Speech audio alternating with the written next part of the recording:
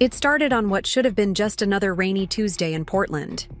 I was curled up in my favorite reading nook in our Pearl District townhouse, the one with the bay window overlooking the street below, where I could watch people hurrying past with their umbrellas while staying cozy inside.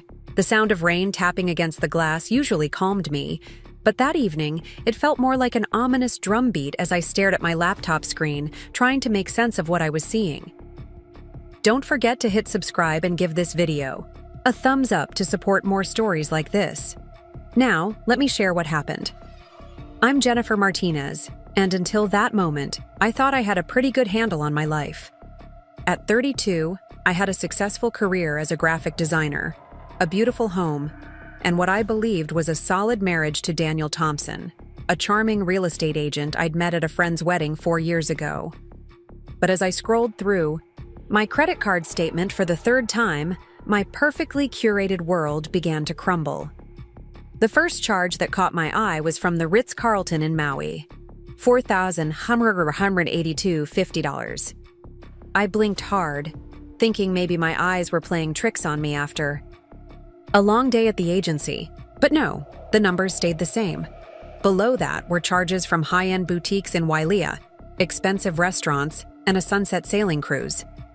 The thing is, I hadn't been to Hawaii in years, and I certainly hadn't spent nearly $15,000 there in the past week.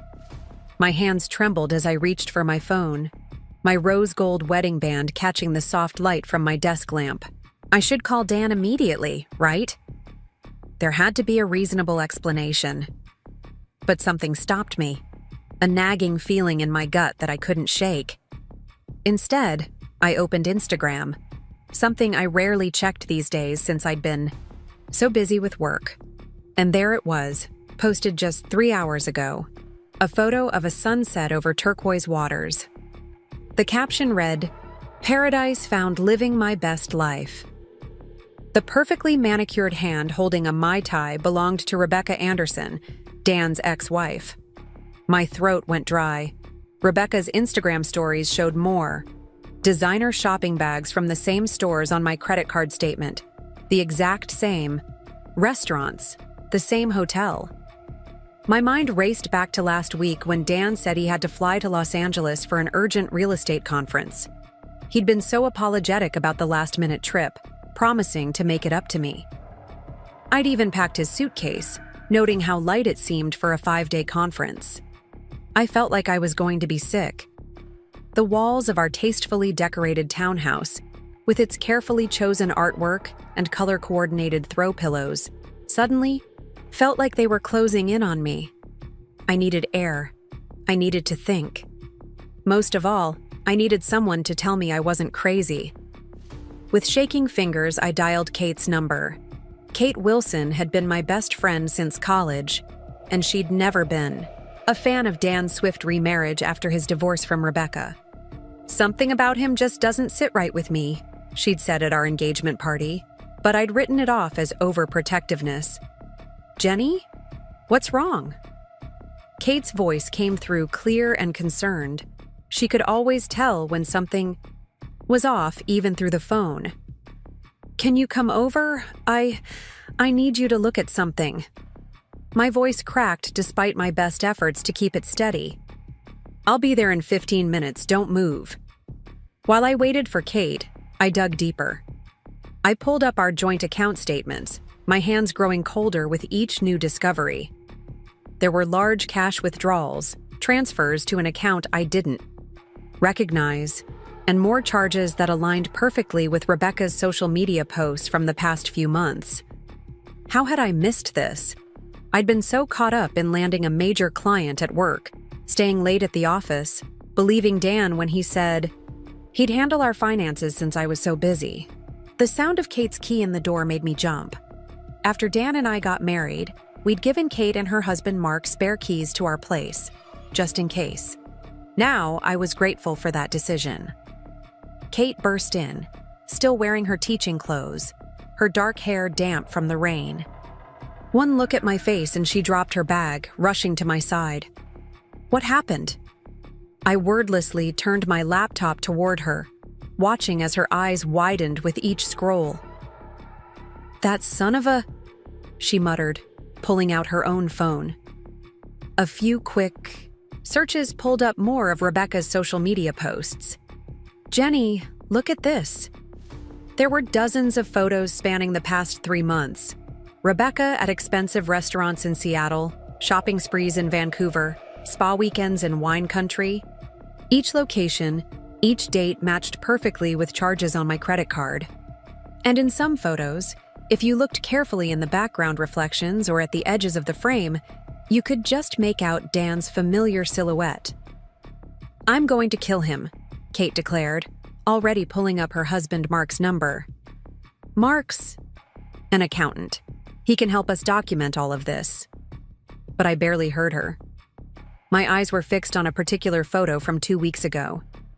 Rebecca was showing off a stunning sapphire ring, claiming it was a treat to myself.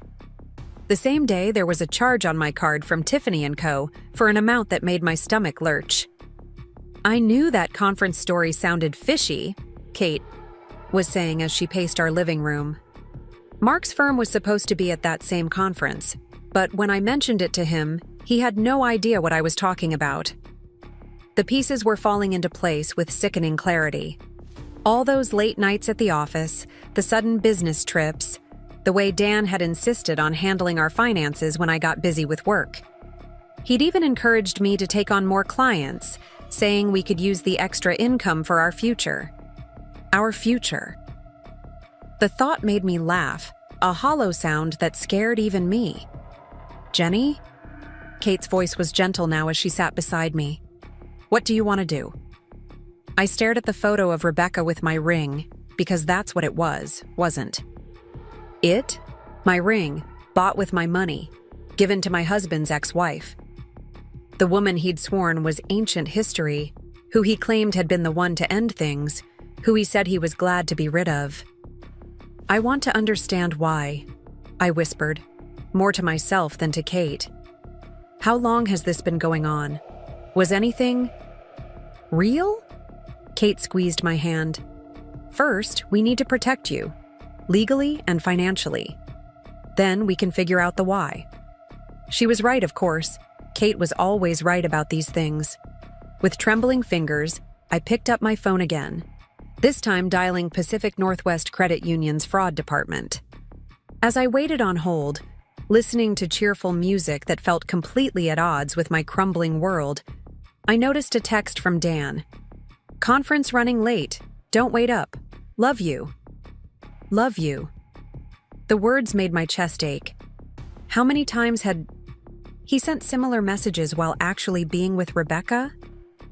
How many lies had I believed because I trusted him, because I thought we were happy, because I was too busy building our future to see he was destroying our present? The hold music stopped, and a friendly voice came on the line. Pacific Northwest Credit Union Fraud Department. This is Michael speaking. How can I help you today? I took a deep breath, feeling Kate's supportive hand on my shoulder. Hi, I need to report fraudulent charges on my credit card and I need to know what options I have regarding a joint account that may have been compromised. As I began the process of untangling my financial life from Dan's, I felt a strange mix of emotions. Hurt, anger, betrayal, yes, but also something else. Something that felt surprisingly like relief. The weight of all the small doubts, the tiny inconsistencies I'd pushed aside, the subtle signs I'd ignored. It was lifting, replaced by clarity. Kate was already texting Mark, asking him to come over with his laptop and his expertise. She was also ordering food, knowing I probably hadn't eaten since making my discovery. This was why she was my best friend. She knew what I needed before I did.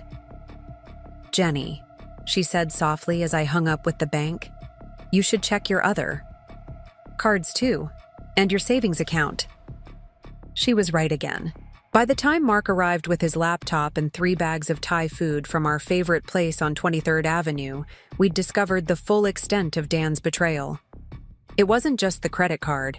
He'd been systematically moving money from our joint savings into a separate account, One that I quickly learned was being used to fund a lavish lifestyle with Rebecca that I never knew existed. Mark, bless him, took one look at the financial records and went into full accountant mode. "This is actually good," he said, already creating spreadsheets. "The clearer the paper trail, the better for you legally." Legally? The word felt foreign in my mouth. Was that where this was heading? "Jenny," Kate said gently, "he's stealing from you. This isn't just about the marriage anymore. This is fraud." Fraud. Another word that didn't feel real. How had my life turned into something that involved words like fraud and legal action? Just this morning, I'd been worried about client presentations and whether to try that new coffee place near the office.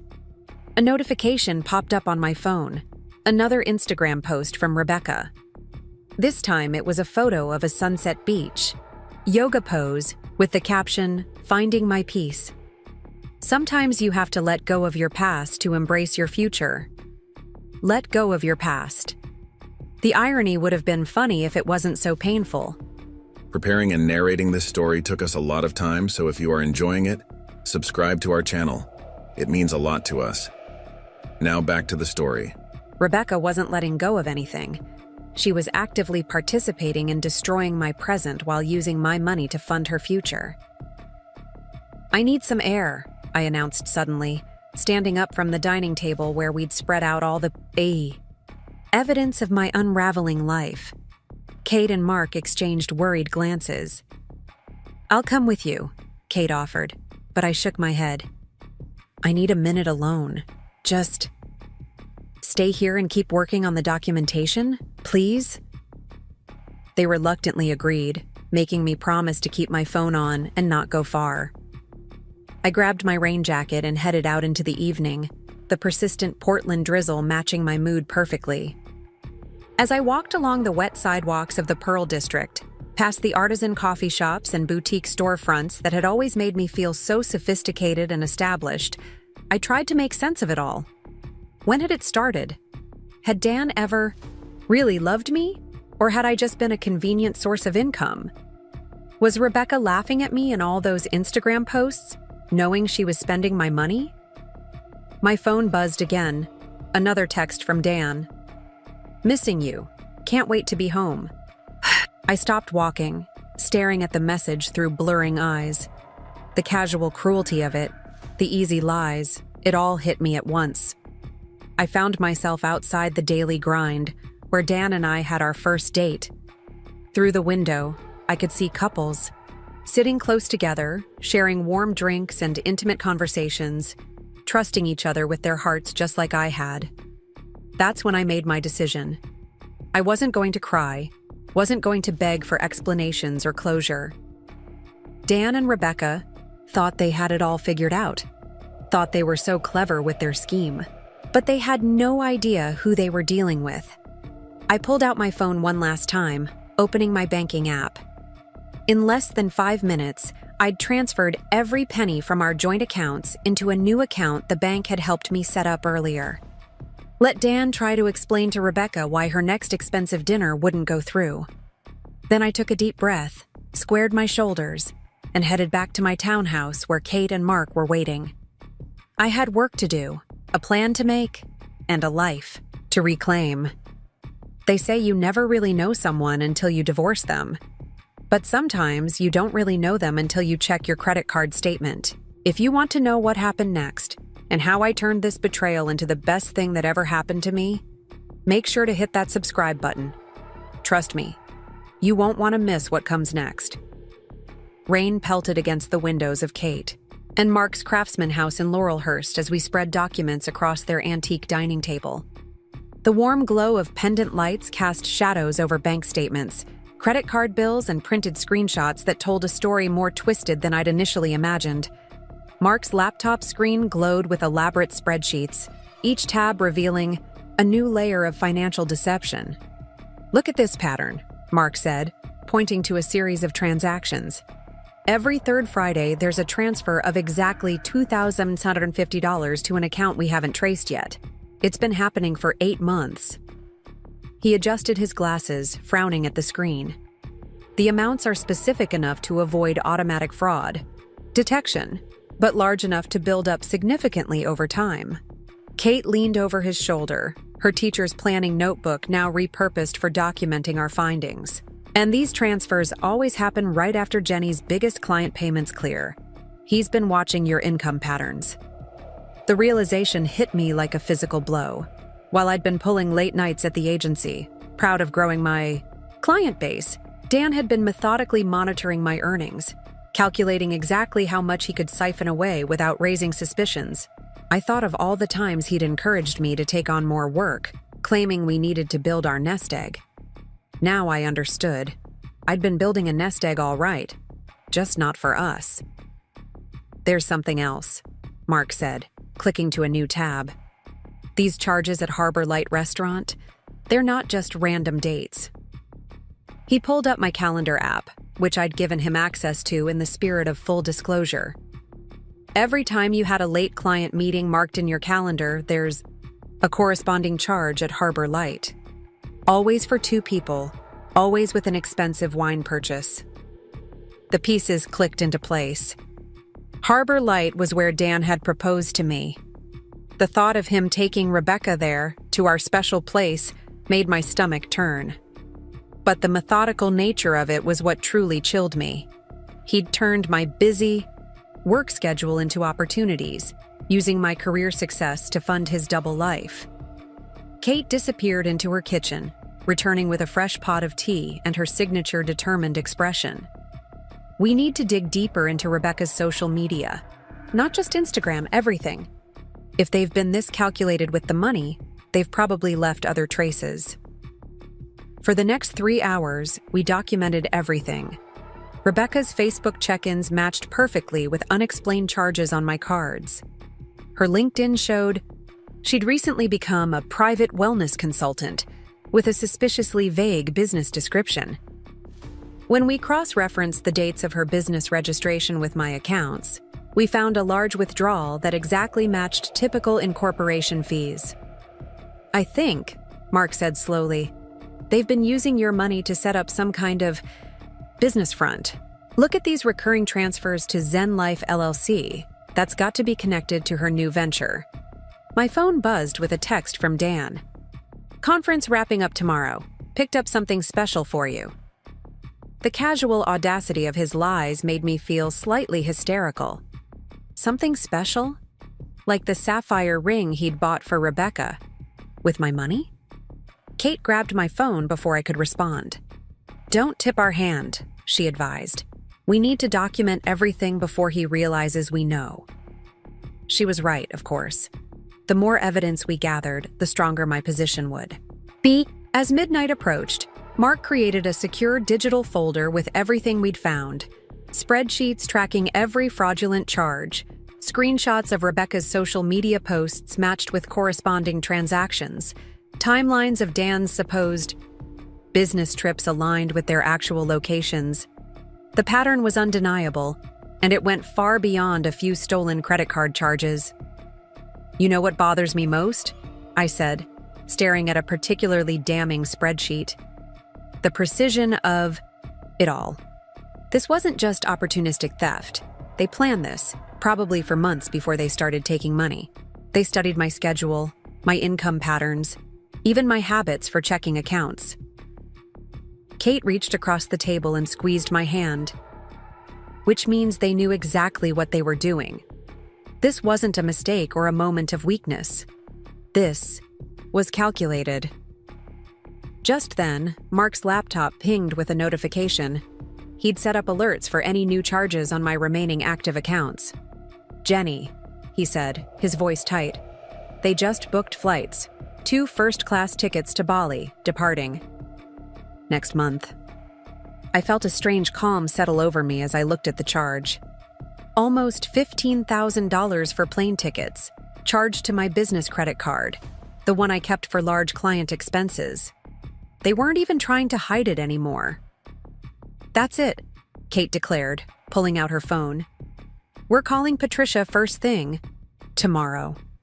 Patricia Chen was the best divorce attorney in Portland, known for handling high-profile cases involving financial fraud. Kate had already reached out to her office earlier, but now it felt urgent. As we continued digging, more patterns emerged. Dan had been systematically selling off our joint investments, always just below the threshold that would require my signature. The money had been funneled through a series of accounts, eventually ending up in the mysterious Zen Life LLC or being spent on luxury purchases. I found myself thinking about the early days of our relationship, how Dan had insisted on keeping some of our accounts separate for tax purposes. At the time, I'd seen it as a sign of his financial responsibility. Now I realized he'd been laying groundwork, creating channels he could later exploit. Around 2 a.m, Kate made up their guest room for me. As I lay in the unfamiliar bed, surrounded by Kate's colorful throw pillows and the sound of Portland rain, I pulled up the photos from my wedding day on my phone. There we were, standing under an arch of white roses at the Japanese garden, looking blissfully happy. Dan's smile seemed so genuine, his eyes full of what I thought was love. Had it all been an act? Or had something changed along the way? Sleep eluded me as questions tumbled through my mind. How had Rebecca re-entered the picture? They'd been divorced for 2 years when I met Dan, and he'd always claimed it was an amicable but final split. Had they been in contact this whole time? Was I just a convenient source of funding for their eventual reunion? Dawn was breaking when I gave up on sleep and wandered down to Kate's kitchen. To my surprise, she was already up, nursing a cup of coffee and looking at her phone with an intense expression. "You need to see this," she said as I poured myself a cup. She handed me her phone, open to Rebecca's fitness Instagram account. There, in her latest post, was a photo of her doing a complicated yoga pose on a beach. But it wasn't the pose that caught my attention. It was the caption. "Big changes coming. Can't wait to announce my new wellness venture." Sometimes the universe has a way of bringing everything full circle. Our Zen life, new beginnings. The post was timestamped just hours ago, which meant while I was uncovering their fraud, they were already planning their next move. The casual arrogance of it made my blood boil. Mark came downstairs, already dressed for work, but looking like he hadn't slept much either. "I did some digging into Zen Life LLC," he said, opening his laptop. "It was registered 3 months ago, using a shell company as the primary owner. But guess who signed as a secondary guarantor? Dan. He used our home address." The implications were staggering. They weren't just stealing my money for a lavish lifestyle. They were building an entire business with it. A business that, on paper, I had no connection to despite unknowingly funding its entire setup. Kate's phone rang, making us all jump. It was Patricia Chen's office. They had an opening at 9 a.m. if we could make it. As Kate confirmed the appointment, I felt a shift inside me. The shock and hurt were still there, but they were being overshadowed by something else. Determination. I spent the next hour preparing for the meeting, organizing our evidence into clear chronological order. Mark had prepared a detailed financial analysis showing the full scope of the theft, nearly $200,000 over 8 months, not counting the investments Dan had liquidated or the credit card charges we were still uncovering. As I got ready to meet, the lawyer putting on the power suit I'd worn to land my biggest client, I caught my reflection in Kate's guest bathroom mirror. I looked different somehow, older maybe, or just wiser. The naive woman who had trusted so completely was gone. In her place was someone stronger, someone ready to fight back. My phone buzzed again. Dan sending a selfie from what was supposedly his conference. But what I now knew was his Hawaiian getaway with Rebecca. "Last day of meetings. Can't wait to be home with you." I showed the message to Kate, who had been hovering protectively all morning. She took one look and her expression hardened. "Save it," she said. "Every lie is more evidence." The rain had finally stopped as we drove downtown to Patricia Chen's office. Portland was emerging from the morning mist. the streets beginning to fill with people starting their normal Tuesday routines. How strange to think that just 24 hours ago, I had been one of them, blissfully unaware that my life was about to change forever. Mark had taken the morning off work to come with us, bringing his laptop and all our documentation. As we rode the elevator to the 20th floor of the glass office tower, I felt surprisingly calm. We had the evidence. We had the truth. Now it was time to use it. Patricia Chen's office was exactly what you'd expect from Portland's top divorce attorney. Sleek, modern, with stunning views of Mount Hood in the distance. The woman herself was a sharp contrast to her serene surroundings. Intense, focused, and radiating efficient energy. "Tell me everything," she said after the introductions were complete. "And please, don't leave out any details. In cases like this, it's often the small things that matter most." So I told her everything, from the first discovered credit card, charges to the complex web of financial manipulation we'd uncovered. Mark presented his analysis, and Kate contributed her observations about patterns in Dan and Rebecca's behavior. Patricia listened intently, taking notes and occasionally asking clarifying questions. When we finished, she looked up with a slight smile that somehow managed to be both professional and predatory. "Mrs. Thompson," she said, "I want you to know that you've done exactly the right thing by gathering all this evidence before confronting your husband. Most people in your situation act emotionally first, which often allows the perpetrator to hide assets or destroy evidence." She paused, reviewing Mark's spreadsheets again. "What we have here is more than just marital fraud. This crosses into criminal territory."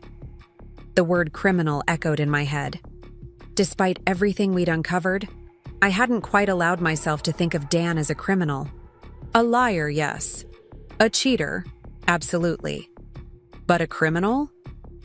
"Here's what we're going to do," Patricia continued, her tone brisk and confident. "First, we're going to file for emergency orders to freeze all your joint assets.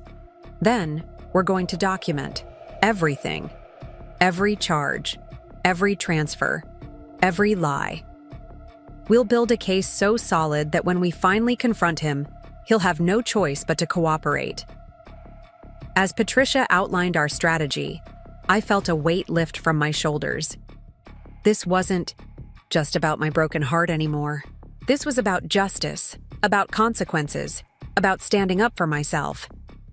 "One more thing," Patricia added as our meeting drew to a close. "Don't underestimate how desperate they might become when they realize their scheme is exposed. People who are capable of this level of deception can be dangerous when cornered." I thought about Dan's carefully constructed lies, the methodical way he'd exploited my trust, the calculated precision of his theft. Yes, I realized, he could be dangerous. But so could I. He just didn't know it yet. The moment everything truly shattered wasn't in Patricia Chen's sleek downtown office, or at Kate's dining room table surrounded by evidence. It happened at Zenflow Yoga Studio on a quiet Wednesday afternoon. I hadn't planned to be there. In fact, I'd been avoiding this part of the Alberta Arts District since discovering Rebecca's connection to it, but my usual route home was blocked by construction, forcing me to detour past the very place I'd been trying to ignore. I might have driven right past it if I hadn't noticed Dan's car parked in the back lot. His silver Tesla, bought with what I now knew was partly my money, sat there in broad daylight when he was supposed to be in Seattle for a real estate closing. The sight of it stopped me cold. Through the studio's large windows, I could see a class in session. Rebecca was at the front, leading a group through sun salutations, her designer yoga wear probably purchased with my credit card. But it was the banner behind her that made my blood run cold. Zen Life Wellness Center, grand opening next month. The same Zen Life LLC that had been siphoning money from my accounts. The same business that Dan had secretly co-signed for. Only now it wasn't just a suspicious name on a bank statement. It was real, tangible, and right in front of me. I pulled into the coffee shop parking lot across the street, my hands shaking as I cut the engine. Part of me wanted to storm in there to confront them both, but Patricia's words echoed in my mind. Don't let them know you're onto them. Not until we have everything in place. So instead, I sat and watched. The class ended, and students began filtering out. A few lingered, chatting with Rebecca, handing her what looked like pre-registration forms. She was already selling memberships for the new center. My money was literally funding her fresh start, her new business venture, her entire future. Then, Dan emerged from the back office, and the scene that unfolded before me was like watching a movie about strangers. He wrapped his arms around Rebecca from behind, kissing her neck as she laughed and leaned into him. They looked happy, comfortable, like this was their normal, everyday routine. My phone buzzed, a text from Dan. Closing running late. Grab dinner without me? The casualness of his lie, sent while he stood there embracing his ex-wife, made something break inside me. This wasn't just about money anymore. This was about years of calculated deception, about two people systematically dismantling my life while building their own. I don't remember driving to Kate's house. I just remember finding myself on her porch, barely able to breathe. She took one look at my face and pulled me inside, past her surprised husband who was just getting home from work, and into their cozy kitchen. I saw them, I managed to say, my voice sounding strange even to my own ears. At her yoga studio. They're not even hiding it anymore. Not from anyone except me. Kate's face hardened as I described the scene I'd witnessed. Mark, who'd been hovering in the doorway, immediately pulled out his phone to document Dan's presence in Portland when he was supposedly in Seattle. More evidence for our growing case. There's something else, I said, pulling up the photos I'd managed to take from my parking spot. Look at the people going into the studio. Really look at them. Kate squinted at my phone screen, then her eyes widened. Wait, is that Carol from the real estate office? And isn't that Sarah from your yoga class? She was right.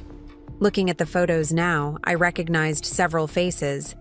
Women I knew, women from my social circle, some even from Dan's real estate office. They weren't just random yoga students. They were people from my life, people who must have known about Dan and Rebecca's relationship. How many people knew? I whispered, more to myself than to Kate and Mark. How long have I been the only one who didn't know? Mark cleared his throat uncomfortably. Jenny, there's something else you should see. He opened his laptop, pulling up a local business newsletter. I was going to wait until we had more information, but, well, look. There it was, in black and white, a small announcement about upcoming businesses in the Alberta Arts District. Zen Life Wellness Center, a joint venture between renowned yoga instructor Rebecca Anderson and successful real estate agent Daniel Thompson, promises to bring a revolutionary approach to wellness and mindful living to Portland. The article was dated 3 months ago. While I was planning our anniversary dinner, they were giving interviews about their business venture. While I was working late to build our future, they were building their own. With my money, my connections, my life. Revolutionary approach to wellness, I read aloud, my voice cracking with bitter laughter. Is that what they're calling theft these days? Kate wrapped her arms around me as the tears finally came. Not quiet, dignified tears, but ugly, gasping sobs that shook my whole body. All the shock, anger, and betrayal I'd been holding back while gathering evidence suddenly poured out. I want to destroy them, I whispered when I could finally speak again. Not just legally. I want everyone to know what they did, how they lied, how they stole, how many people they hurt. And we will, Kate promised, her teacher voice coming out, the one she used when laying down absolute law in her classroom. But we're going to do it smart. We're going to do it right. Mark was already typing furiously on his laptop. The business announcement actually helps us, he said. It proves premeditation. They've been planning this for months, using your money to fund it. Patricia's going to have a field day with this." As my tears subsided, a strange calm settled over me. The last pieces of my old life, the lingering doubts, the desperate hope that maybe there was an explanation that would make everything okay, fell away. In their place was a clarity so sharp it almost hurt. I pulled out my own laptop and started writing. Every memory, every suspicious moment I'd dismissed.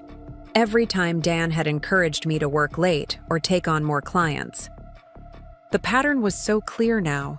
He'd been orchestrating my absence, creating opportunities for their relationship to flourish while using my career success to fund it all.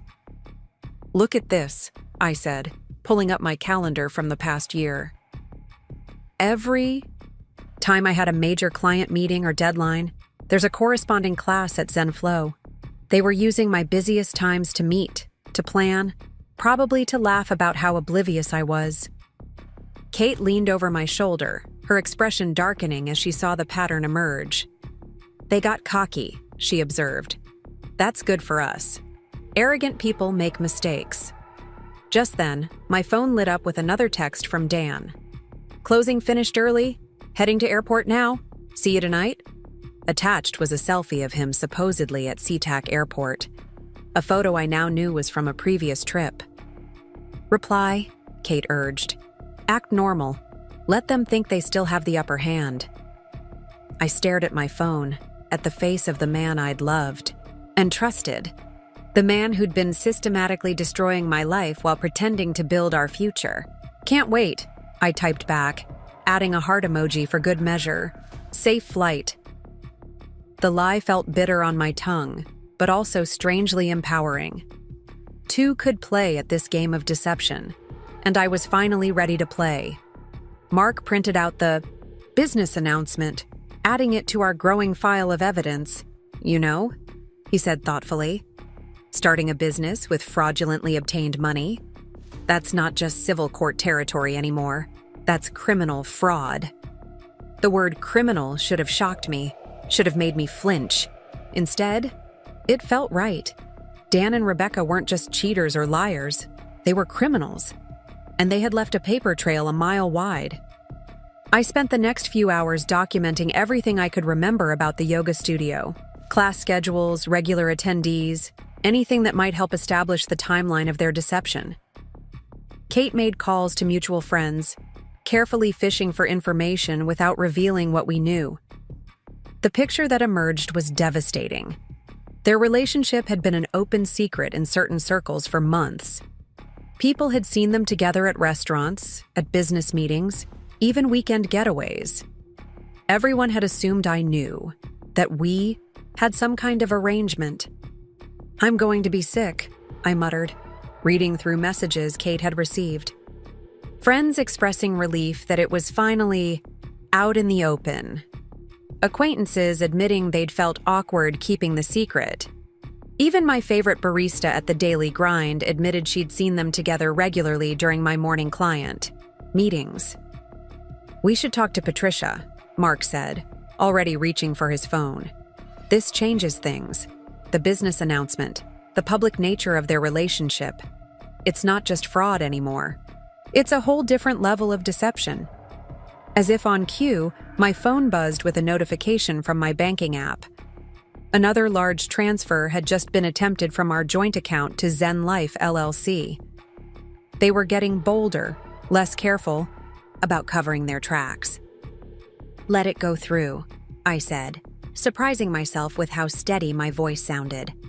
"Let them think everything's fine. Let them keep digging their hole deeper."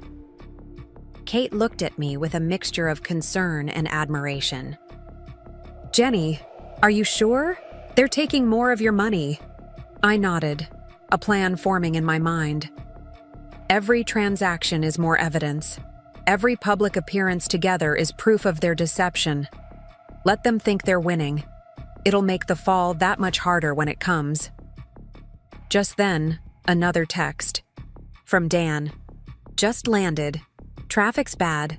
Might be another hour." I knew without checking that his location sharing would show him somewhere between Seattle and Portland, carefully orchestrated to support his lie. I thought about him and Rebecca, at the yoga studio, planning their future with my money.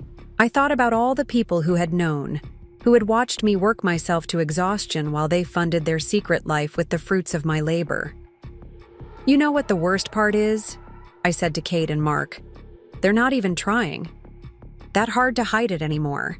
They're so confident in their lie, so sure of their control over me, that they're literally building a business together in my own city." Kate squeezed my hand. "That's their mistake. Pride comes before the fall." I looked at the growing pile of evidence on the table: bank statements, business announcements, social media posts, witness accounts.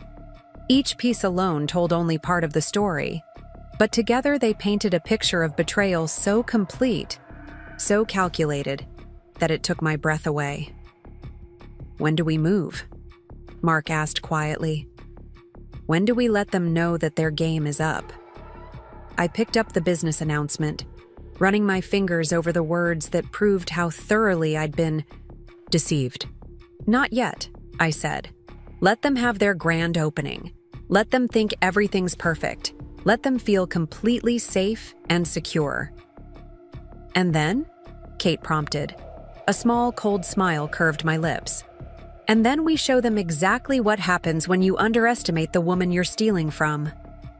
I sat in Dr. Sarah Mitchell's sunlit office in the Pearl District, surrounded by tasteful, abstract art and the gentle bubbling of a meditation fountain. My hands were wrapped around a cup of herbal tea I hadn't touched. This wasn't a therapy session. Sarah was one of Portland's most respected forensic accountants and Kate's college roommate.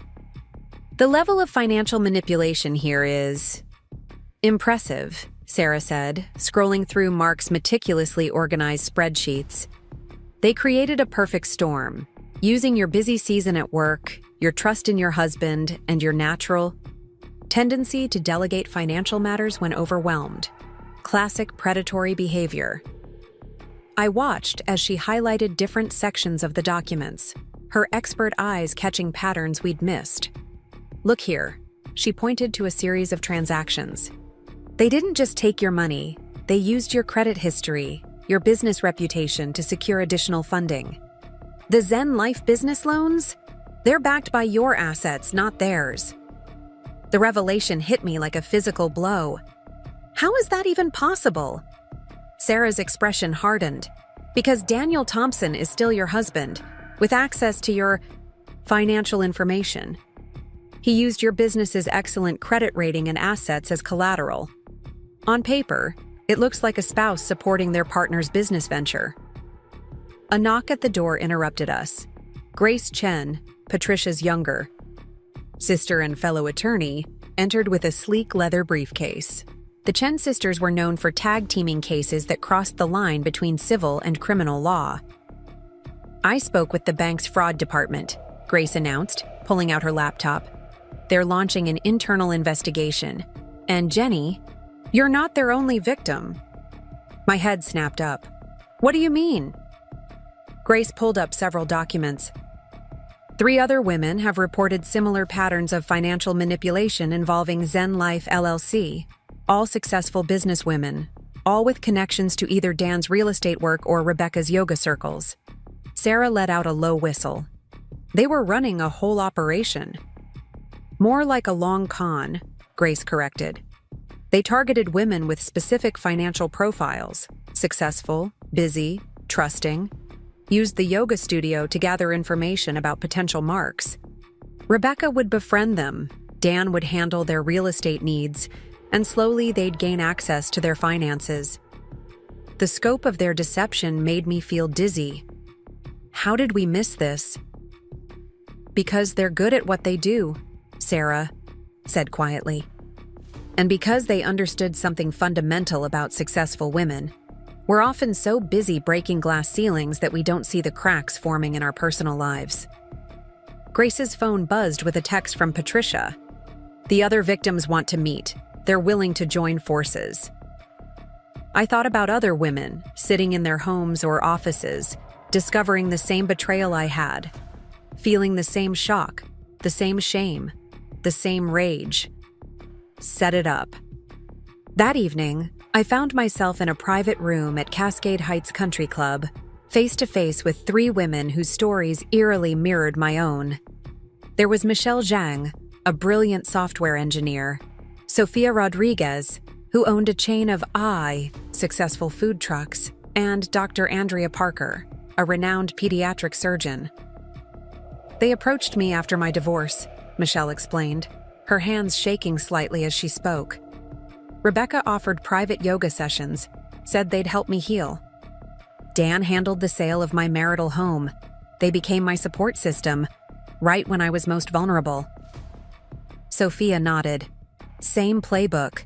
Rebecca joined my gym, always booked sessions when I was there. Dan accidentally ran into me at coffee shops. They spent months building trust before they ever mentioned business opportunities. The wellness center was supposed to be a joint venture, Andrea added bitterly. A place where working women could find balance, they said. I invested $500,000, money I'd saved for my children's education. Patricia and Grace exchanged glances as they documented each woman's story. The pattern was undeniable. Dan and Rebecca weren't just opportunistic thieves. They were calculating predators who had turned financial fraud into an art form.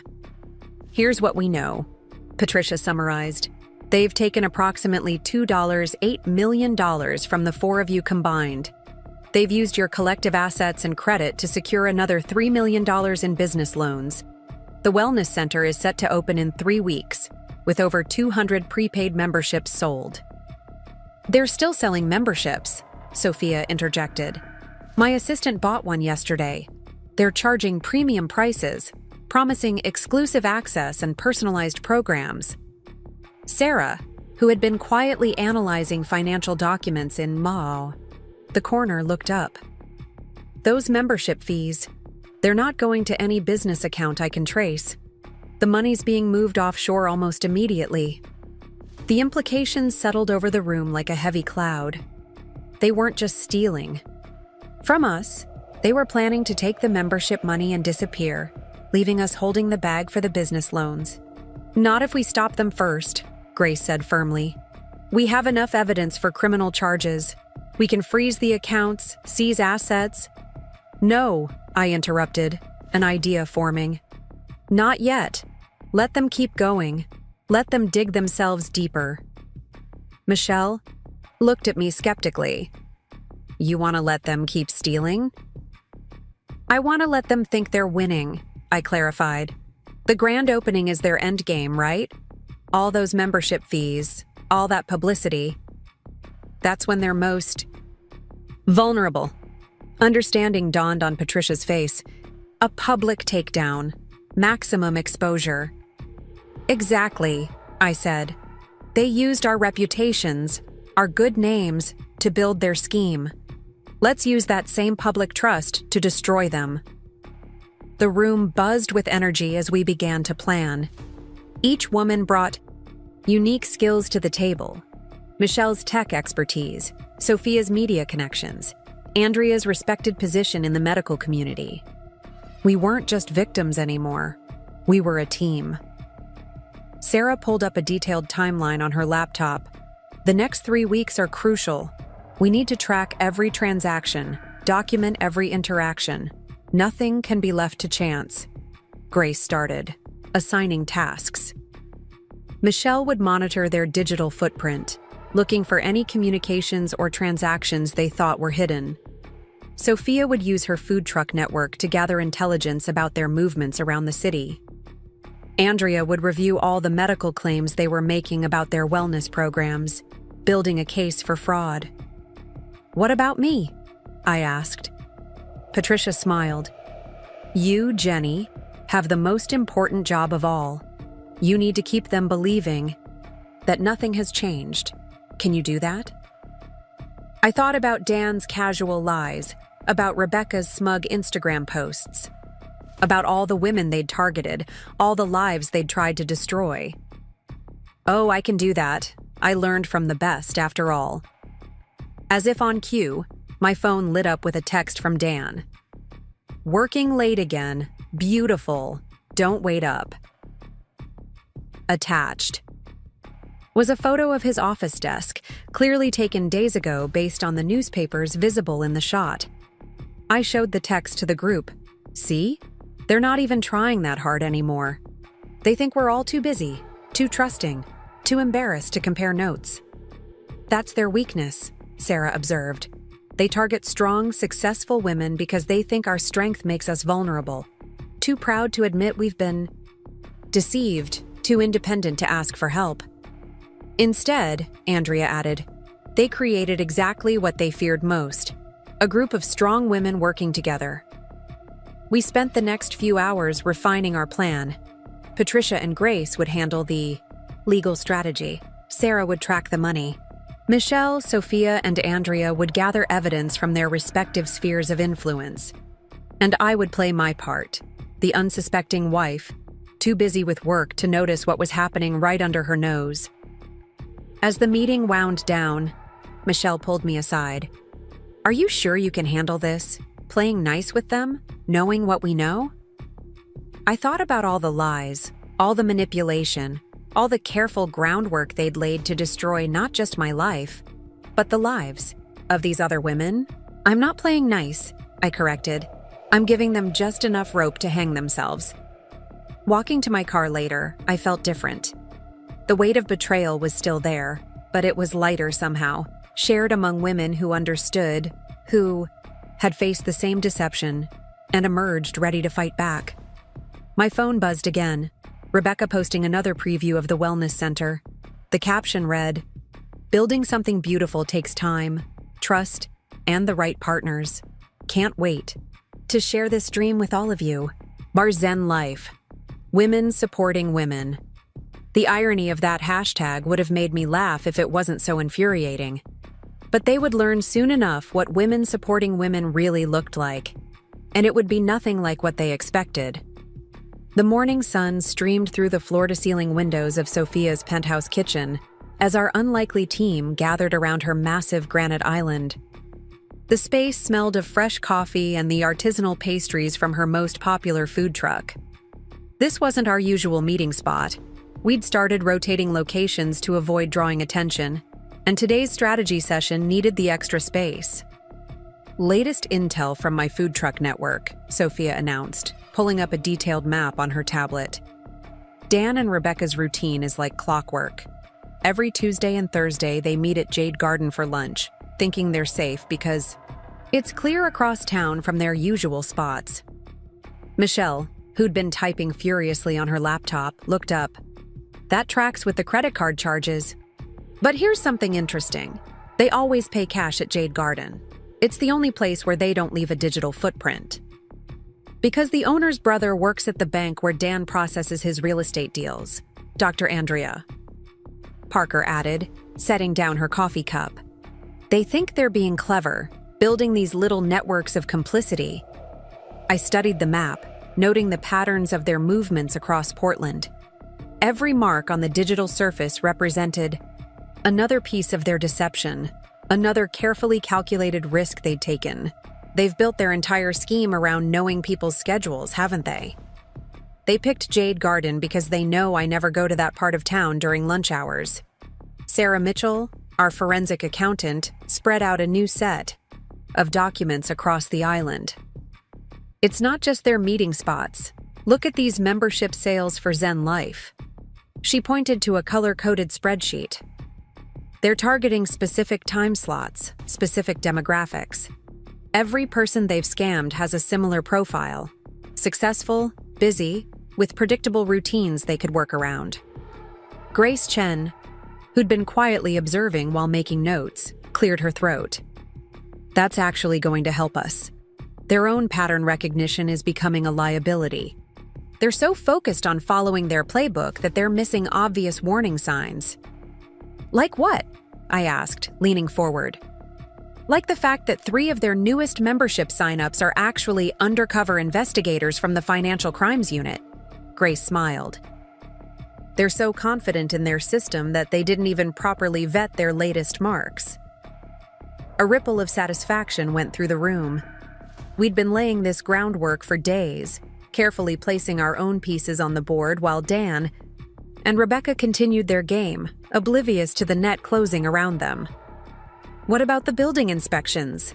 Andrea asked, pulling up her own notes. "My contact at the city planning office came through." Sarah's eyes lit up. "Tell me." "They found something." "Better than something," Andrea replied. "The contractor they hired for the wellness center renovations, he's willing to talk. Turns out they've been cutting corners on everything from electrical work to fire safety systems. They paid him cash to keep it quiet, but he's getting nervous about liability." I felt a chill despite the warm morning sun. They hadn't just been stealing our money, they'd been planning to put people's physical safety at risk too. "We need to move carefully with this," Grace cautioned. "The contractor's testimony is valuable, but we need more than just his word. Michelle, can you access the building's security cameras?" Michelle's fingers flew across her keyboard. "Already on it." They installed a high-end security system last week. Ironically, it's the one thing they didn't cheap out on, but they forgot one critical detail. "What's that?" Sophia asked. "They used my company's software platform to manage it," Michelle grinned. "They have no idea I can see every time they enter or leave the building, every vendor they meet with, every cash transaction they think isn't being recorded." The irony wasn't lost on any of us. Dan and Rebecca had chosen their marks, carefully picking successful women they thought they could manipulate. Instead, they'd handed us the very tools we needed to expose them. "There's something else," I said, pulling up my own phone. "Look at Rebecca's latest Instagram post." The group huddled around my screen. There was Rebecca, posed elegantly in the half-finished wellness center, surrounded by construction materials and wearing a hard hat, like it was a fashion accessory. The caption read, "Building our dreams takes vision, dedication, and the right team. Can't wait to share this transformative space with our founding members." Zen Life, Chacha Women in Business. "The comments section is interesting," Michelle noted, scrolling through. "Look how many of their potential victims are right there, publicly documenting their involvement." Sarah was already adding names to her spreadsheet. "This is good. The more we can prove they were actively promoting the business while knowing it was built on fraud, the stronger our case becomes." "Speaking of proof," Sophia interjected, "my contact at the Portland Business Journal reached out. They want to do a feature on Zen Life for their Women Entrepreneurs series. Dan and Rebecca already agreed to an interview next week." Grace's expression turned calculating. "That's perfect. Let them go on record. Every claim they make in Bidoritos and Dart, that interview is another nail in their coffin." "But we need to be strategic about timing," Andrea cautioned. "If we move too soon, they might realize we're onto them. Too late, and they could disappear with the membership fees."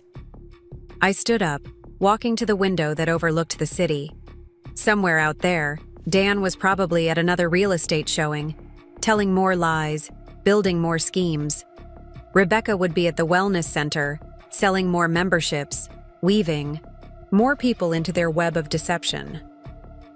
2 weeks, I said finally, turning back to the group. We let them do the interview. Let them sell more memberships. Let them think everything's going according to plan. Then, 3 days before their grand opening, we strike, Grace finished, understanding dawning on her face. When they're most exposed, most committed, with the most to lose. Sarah started typing rapidly. I can have all the financial documentation ready by then. Every transaction, every fraudulent charge, every misappropriated fund. My team can have the safety violations documented and filed with the city, Andrea added. And I'll have complete surveillance footage showing their pattern of deception, Michelle confirmed. Sophia pulled up her calendar. I can make sure. Every food blogger and local business reporter in Portland is there to witness it. Nothing like a public takedown to generate headlines. The energy in the room had shifted from strategic planning to something more potent. The combined force of women who'd been underestimated, manipulated, and betrayed, now turning the tables on those who'd tried to destroy them. My phone buzzed. Another text from Dan. "Missing you. Late meeting tonight, but taking you somewhere special this weekend. Love you." I showed the message to the group. They're planning something big, probably another trip or expensive dinner too. "Keep me distracted." "Let them," Grace advised. "Every charge they make now is just more evidence. Every lie they tell is another charge we can add." "Besides," Michelle added with a grim smile, "they've got the wrong idea about what keeps successful women distracted. We're not too busy to notice when we're being scammed. We're just gathering evidence and waiting for the right moment to strike." As our meeting wound down, each woman had her assignments, her role to play in the complex choreography of justice we were orchestrating. But before we dispersed, Andrea raised her glass of coffee in a toast. "To the women they thought they could fool," she said softly. "And to the reckoning they never saw coming." We all raised our cups, the morning sun catching the determination in each pair of eyes. Dan and Rebecca had built their scheme on the assumption that successful women were too proud, too busy, too isolated to compare notes or ask for help. They were about to learn just how wrong they were. As I drove home later, I thought about all the layers of deception we'd uncovered, all the careful planning that had gone into their scheme. They'd studied our habits, our schedules, our tendencies. They'd used our strength, our focus on our careers, our willingness to trust, our desire to build something meaningful, against us. But they'd forgotten something crucial. Those same qualities that made us good targets. Our intelligence, our determination, our resources, made us even better adversaries. They'd chosen their marks carefully, but in doing so, they'd created their own worst nightmare. A group of powerful women with nothing left to lose and everything to prove. My phone buzzed again, Rebecca posting another update about the wellness center's progress. The caption was pure irony. "Success is sweeter when shared with a community of strong women. Together, we rise." Women empowerment. I smiled, thinking of the community she'd inadvertently created, not the one she'd intended to scam, but the one that would ultimately bring her down. Yes, together we would rise, but not in the way she imagined. The next 2 weeks would require patience, precision, and perfect timing. We'd each play our part, gathering evidence, documenting deceits, building our case piece by piece. And when the moment came, when they thought they were about to achieve everything they'd planned, we'd show them exactly what happens when you underestimate the women you've wronged. Evening shadows stretched across the polished concrete floors of Zen Life's reception area as I stood there, watching Dan and Rebecca through the glass walls of their private office. They hadn't noticed me yet. They never did anymore, so confident in their schemes that they'd stopped watching for threats. From where I stood, I could see them laughing over something on Rebecca's laptop, their heads close together, completely at ease in their deception. I hadn't planned on confronting them tonight. Our carefully orchestrated plan wasn't supposed to unfold for another week. But an hour ago, I'd received an alert from Michelle's monitoring system. They were initiating a massive transfer from our joint accounts, one that would have drained every penny I had left. Some things couldn't. Wait for perfect timing. The electronic lock clicked as I used the entrance code I wasn't supposed to have. The sound made them both look up, their expressions shifting from surprise to carefully constructed warmth in the space of a heartbeat. Professional fraudsters, through and through. "Jenny?" Dan's voice held just the right note of pleased surprise. "What are you doing here, honey? I thought you had that big client presentation tonight." I stepped into their office, noting how Rebecca smoothly closed her laptop, how Dan casually moved to stand between me and their desk. Always coordinated, always in sync, like dancers performing a routine they'd practiced 1,000 times. "Funny thing about that presentation," I said, keeping my voice light. "It got rescheduled. so I thought I'd stop by the bank instead. I pulled out my phone, showing them the transfer notification. Want to explain this? The temperature in the room seemed to drop 10 degrees. Dan's smile flickered but held. Oh, that? Just moving some funds around for the business. You know how it is with startups. Cash flow can be tricky. Tricky, I repeated. Is that what we're calling theft these days? Rebecca stood up, her designer yoga wear somehow making her look both athletic and predatory. Jenny, I think you're confused. Daniel and I are business partners. The transfers are completely legitimate. Business partners, I echoed, letting out a small laugh. Is that all you are? Because the security footage from the Pacific Grand Hotel last weekend tells a different story. They exchanged a quick glance. So fast I would have missed it, if I hadn't been watching for it. Dan stepped forward, hands raised in a placating gesture. Honey, you're obviously upset. Why don't we all sit down and talk about this calmly? Like you talked calmly to Andrea Parker when you convinced her to invest her children's college fund? Or to Michelle Zhang when you used her own software, company systems to hide your tracks? I watched their faces as each name landed like a blow. Or maybe we should talk about Sofia Rodriguez and how you used her food truck empire's financial records as a template for your fraud. Rebecca's serene mask cracked first. How do you know about them? I finished for her. Turns out successful women talk to each other. Shocking, I know. Must really throw a wrench in your business model. Dan's demeanor changed instantly, the concerned husband act dropping away to reveal something colder, more calculated. Whatever you think you know, you can't prove anything. And making accusations like this, well, that could be considered defamation. Right, Rebecca? Rebecca nodded, recovering her composure. We have dozens of satisfied clients, Jenny. Respected members of the community who believe in what we're building here. Who do you think people will believe? The supportive husband building a successful business? Or the jealous wife making wild accusations? I smiled, pulling out a USB drive. That's an interesting question. Why don't we ask your contractor about the safety violations you paid him? To ignore? Or the bank about the fraudulent loan applications? Or maybe we should talk to your satisfied clients about where their membership fees are really going. Dan moved with unexpected speed, reaching for the USB drive. But I was faster, stepping back out of his reach. Careful, Dan. The security cameras are watching. Michelle's systems are really quite impressive, when they're not being used to commit fraud, that is. What do you want? Dan's voice was tight, controlled, but I could see fear beginning to crack through his facade. Right now, I want you to cancel that transfer. Then we're going to have a very interesting conversation about asset recovery. Rebecca laughed, but there was an edge of hysteria to it. You're bluffing. You can't prove any of this. I pulled out my phone again, this time opening a secure folder. Bank statements, transfer records, hotel receipts, security footage, email transcripts. Should I go on?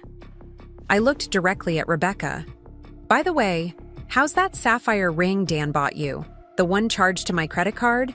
She unconsciously touched the ring on her finger, then quickly dropped her hand. Dan stepped forward again, but this time his voice was low, threatening. Think very carefully about what you're doing, Jenny. You have no idea what you're getting into. No, Dan, you have no idea what you got into when you decided to steal from me. From all of us. I met his gaze steadily. Cancel the transfer. Now. He stared at me for a long moment, then slowly turned to the computer. I watched as he logged into the banking site, his fingers moving reluctantly across the keyboard.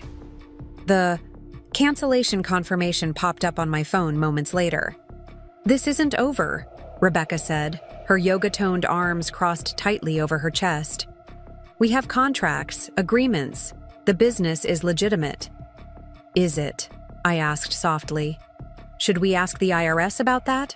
Or maybe the state licensing board? I'm sure they'd be very interested in your creative approach to business registration.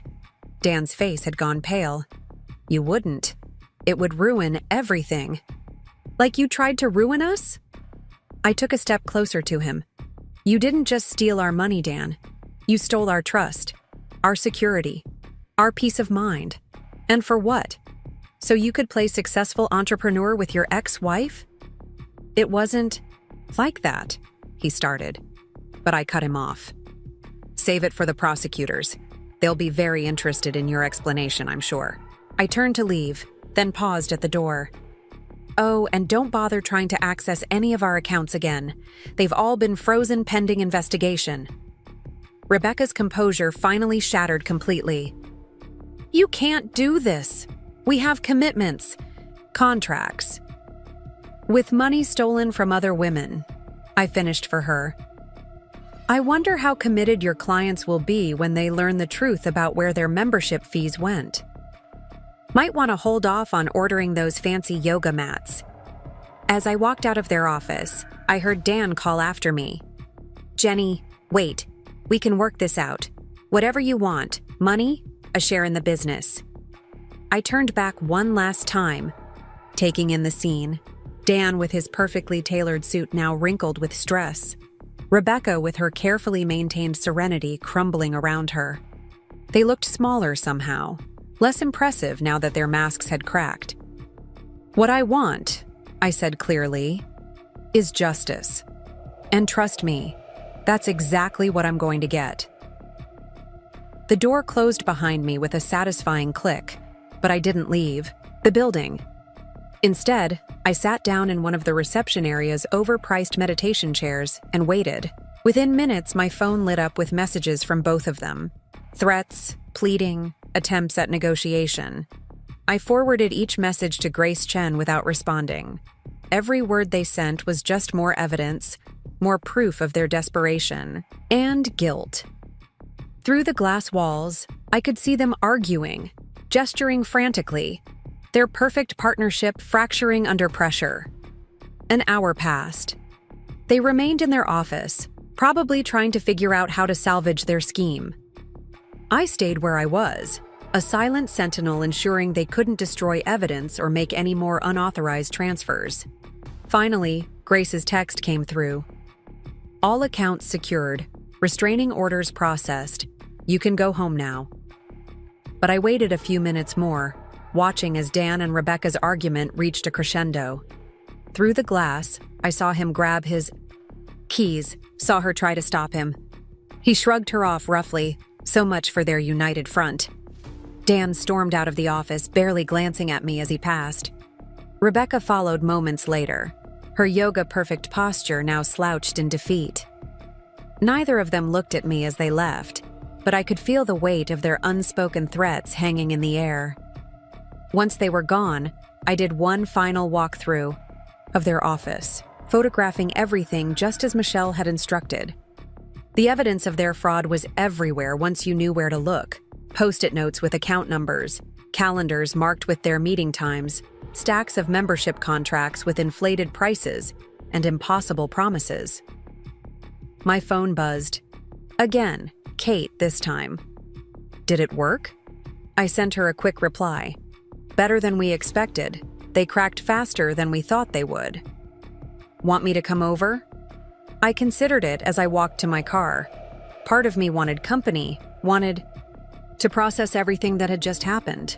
But another part of me needed time to absorb the reality of what we'd just set in motion.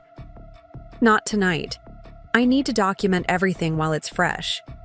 But tomorrow? You got it. Proud of you, Jen. As I drove home through Portland's evening, traffic, I felt strangely calm. The confrontation had gone almost exactly as we'd planned, but something unexpected had happened too. Seeing them crack, watching their confident facades crumble, had shown me just how weak they really were. They'd built their entire scheme on the assumption that their victims would be too ashamed, too proud, or too busy to fight back. They'd counted on our silence, our isolation, our reluctance to admit we'd been deceived. Instead, they'd created something they never expected. A network of strong women determined to expose their fraud and protect others from falling victim to their schemes. They thought they were hunting lions, but they'd actually walked into a pride. My phone kept buzzing, with messages from Dan and Rebecca, increasingly desperate attempts to regain control of the situation. I ignored them all, focusing on the road ahead. We'd thrown their world into chaos tonight, but this was just the beginning. The real storm was still coming, and when it hit, they'd realize that tonight's confrontation was just a gentle warning breeze compared to the hurricane heading their way. They thought they'd seen me angry? Wait until they met the full force of all the women they'd wronged. Let them spend the night scrambling to cover their tracks, trying to salvage their schemes. We had everything we needed now. Their reactions, their threats, their desperate attempts at damage control. Each move they made just dug their hole deeper. Tomorrow would bring a new phase of our plan, but tonight, I'd accomplished something important. I'd looked my betrayers in the eye and shown them they hadn't broken me. They hadn't even come close. Dawn painted Portland's skyline in shades of rose and gold as I quietly packed the last box in my home office.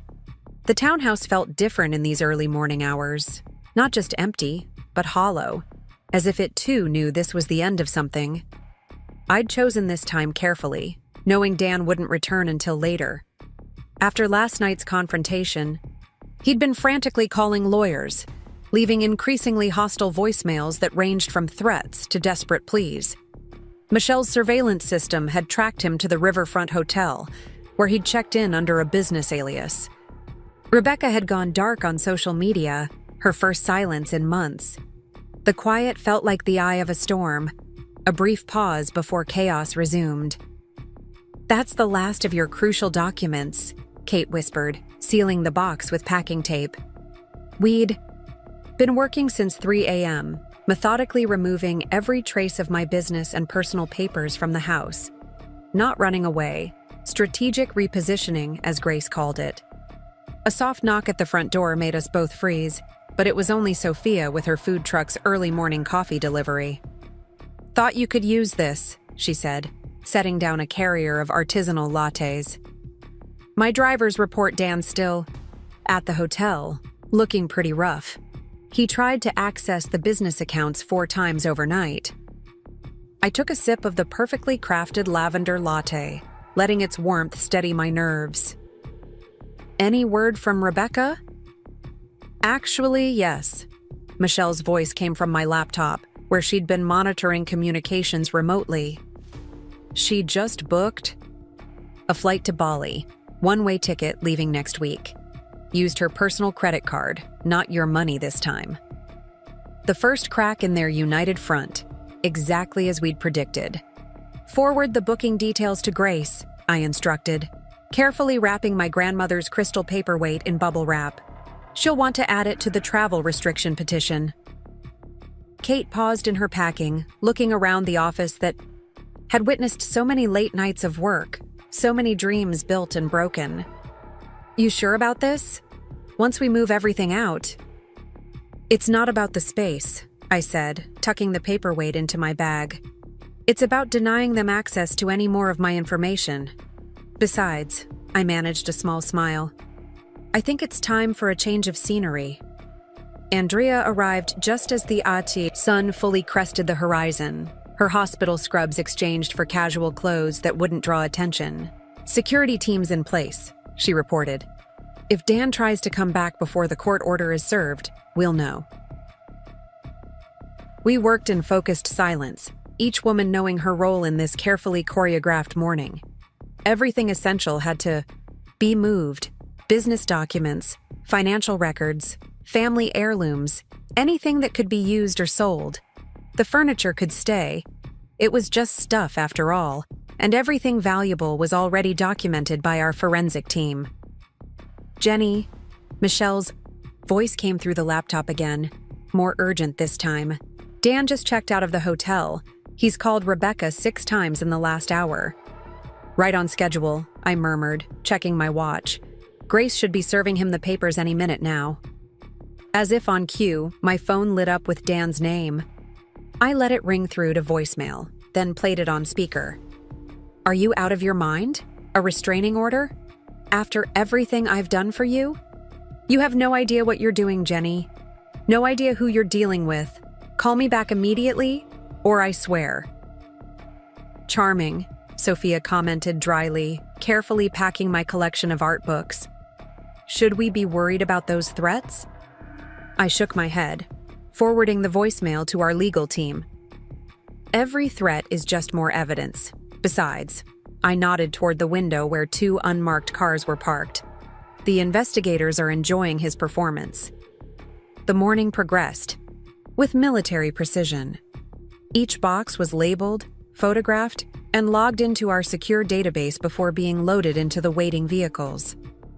Michelle's security protocols ensured no digital trace of the move would be visible to Dan's increasingly desperate searches. Movement at Zen Life, Michelle reported around 9. Rebecca just arrived.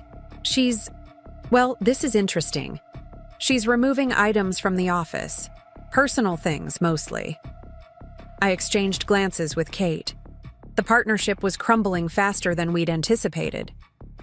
Keep tracking her. If she tries to leave the state. Already flagged with TSA, Michelle confirmed. She's not going anywhere. Around 10, Grace called with an update. Dan's been served. He's claiming he never received the restraining order, despite signing for it. Classic gaslighting attempt. Oh, and you'll love this. He tried to access your business account again. Claimed it was a routine transfer for wellness center expenses.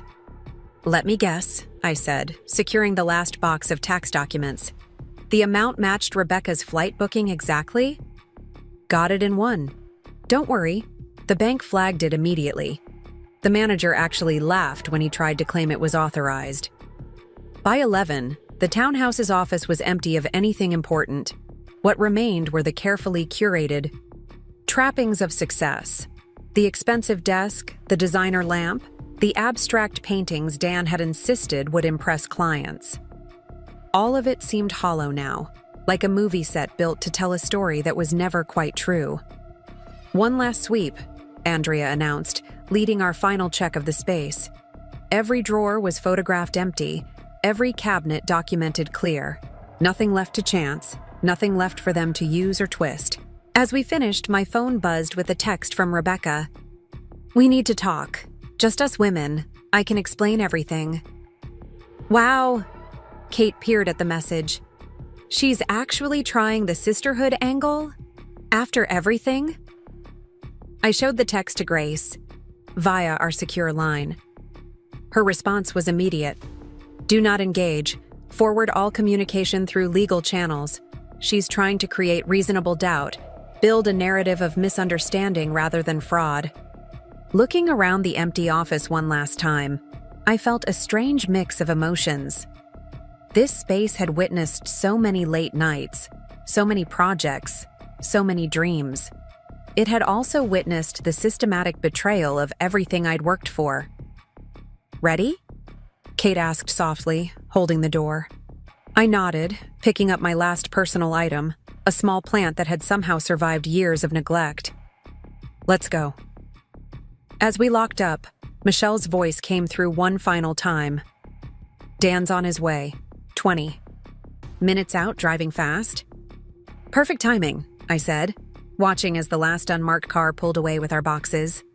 Everything's already gone. We drove separately, taking different routes to our secure location. In my rearview mirror, I caught a glimpse of Dan's Tesla turning onto our street just as I rounded the corner. His perfect timing, for once, worked. In our favor. My phone started ringing immediately, Dan discovering the empty office, no doubt. Each call went straight to voicemail, each message more revealing than the last. The controlled facade was cracking, revealing the desperation beneath. You think you can just disappear? His voice seethed in one message. Everything in that house belongs to me. Everything you've built was because of me. You're nothing without me, Jenny. Nothing. I smiled grimly, thinking of the evidence safe in our possession, the documents that proved exactly who had built what. Dan had always underestimated me, assumed my success was somehow due to him. That assumption was about to cost him everything. At our secure location, a private office suite Andrea had arranged through hospital connections, we regrouped. Grace joined us, bringing updated court documents and a timeline of Dan's reactions to being served. "He's playing right into our hands," she noted, spreading out the papers. "Every threat, every attempt to access frozen accounts, every violation of the restraining order, it's all documented. The judge is going to love this." My phone buzzed again, Rebecca this time, with a different approach. "Jenny, please, what Dan did was wrong, but I was just trying to build something meaningful, something to help women like us. Can't we talk? About this? Woman to woman?" "Forward that to the group chat," Michelle instructed. "The timestamps match perfectly with their meeting at Jade Garden 10 minutes ago. They're coordinating their stories, trying to drive a wedge between the victims." I stared at the message, marveling at its calculated manipulation. Something to help women like us. As if she hadn't systematically targeted and defrauded multiple successful women. As if her wellness center wasn't built on stolen dreams and betrayed trust. "Should we tell her about tomorrow?" Sophia asked, referring to our next planned move. I shook my head. Let them keep thinking they have time to fix this. The harder they try to cover their tracks, the more evidence they create. As evening fell over Portland, we finished setting up our new base of operations. Every document was secured, every piece of evidence cataloged. Our next moves were planned down to the minute, each woman knowing exactly what role she would play. My phone had finally fallen silent. Dan and Rebecca presumably regrouping, planning their next attempt at damage control. Let them plan. Let them think they still had cards to play. Looking around at these strong, brilliant women who had become my unexpected allies, I felt something I hadn't experienced since this whole nightmare began. Peace. We weren't running, weren't hiding. We were preparing. Tomorrow would bring new challenges, new attempts at manipulation and control. But tonight, in this quiet space surrounded by evidence of their crimes and proof of our resilience, I knew we had already won the most important battle. They thought they were chasing a wounded deer, never realizing they'd stumbled into a wolf pack. Their hunt was over. Ours was just beginning. The early autumn rain tapped against the windows of Grace, Chen's downtown office, as we watched Rebecca's latest Instagram live video unfold on the large conference room screen. Her carefully curated backdrop, a corner of Zen Life's meditation room, couldn't quite hide the strain around her eyes as she addressed her followers. "As many of you have heard, there are some unfortunate rumors circulating about our wellness center," she began, her voice carrying that practiced spiritual calm that had fooled so many. "I want to assure our founding members that everything is proceeding as planned. In fact, we're adding some exciting new programs." "Notice how she keeps touching her neck?" Sarah Mitchell pointed out, making notes. "Classic stress tell. She's done it 12 times in the last 3 minutes." The office door opened quietly as Patricia Chen entered, followed by someone I hadn't expected to see, Laura Thompson, Dan's younger sister. Her presence made me sit up straighter, tension crawling up my spine. Laura and I had once been close, sharing Sunday brunches and shopping trips, until she'd mysteriously distanced herself 6 months ago. "Jenny?" Laura said softly, her hands twisting nervously in her lap. I think there's something you need to know." Grace quickly ended Rebecca's live stream replay as Laura took a seat across from me. The rain seemed to grow louder in the sudden silence, matching the pounding of my heart. "I should have told you sooner," Laura began, her voice trembling. "But Dan, he said he'd ruin Mark's career if I said anything." My breath caught. Mark was Laura's husband, a junior partner at Dan's real estate firm. What did he do? "It's not just what he did," Laura's eyes filled with tears. "It's what I helped him do. The membership lists for Zen Life, I'm the one who compiled them. Dan said it was market research, that he was helping Rebecca restart her career. But then I saw the financial records. The revelation hit like a physical blow. Laura had access to high-net-worth client lists through her job at a luxury concierge service. She'd unknowingly helped them identify potential victims. "Why are you coming forward now?" Patricia asked gently. Laura pulled out her phone, hands shaking. "Because of this. Dan sent it last night." She played a voicemail that made my blood run cold. Dan's voice, slurred but menacing. "Baby sister, you better keep your mouth shut about those lists. Remember, who got Mark that partnership? One word from me, and you'll both be finished in this town. Family protects family." "There's more," Laura whispered. "Rebecca. She's not just Dan's ex-wife. She's been his partner in everything, right from the start. The divorce was fake. They planned it all, used it to create a sympathetic story. Dan told me it was their greatest performance yet." The pieces clicked into place with sickening clarity. Their entire relationship had been orchestrated. The messy divorce, the chance meeting that led to our relationship, even Dan's carefully constructed image as the wounded ex-husband who'd found love again. "The fertility clinic appointment," I said suddenly, remembering the devastating discovery that had seemed like the final betrayal. "Was that part of their plan too?" Laura nodded miserably. "They needed a reason why you wouldn't get pregnant, something to explain why Dan might be distant. The test results were fake, just like everything else." Grace was already typing rapidly on her laptop. "This changes the scope of the fraud charges significantly. If we can prove the divorce was part of their scheme." "I have proof," Laura interrupted, pulling out a USB drive. "Emails, text messages, photos, everything I could save without them noticing. I even have recordings of Dan coaching Rebecca on how to play her role, teaching her things about you that she could use to seem sympathetic." As Michelle began copying the files, I studied Laura's face. "Why didn't you warn me? Even anonymously?" "Because I was a coward," she admitted, tears flowing freely now. "Because Dan's been controlling our family for so long that we forgot how to stand up to him. But last night, when he threatened Mark..." She straightened her shoulders. "I realized I couldn't live with myself if I stayed silent any longer." Sarah was already analyzing the financial records Laura had brought. "This is incredible," she muttered. "They've done this before, 3 times in other cities. Different names, different businesses, but the same pattern." "Rebecca was always the face of the operations," Laura explained. "Yoga studio in Seattle, meditation center in Vancouver, wellness spa in San Francisco. Dan stayed in the background, playing whatever role they needed: supportive ex-husband, business consultant, even scorned lover once. They'd build up trust, gather investments, then disappear just before everything fell apart." Patricia's expression was fierce as she documented Laura's statement. "How much do you know about their plans for Portland?" "They were planning to make it their biggest score yet.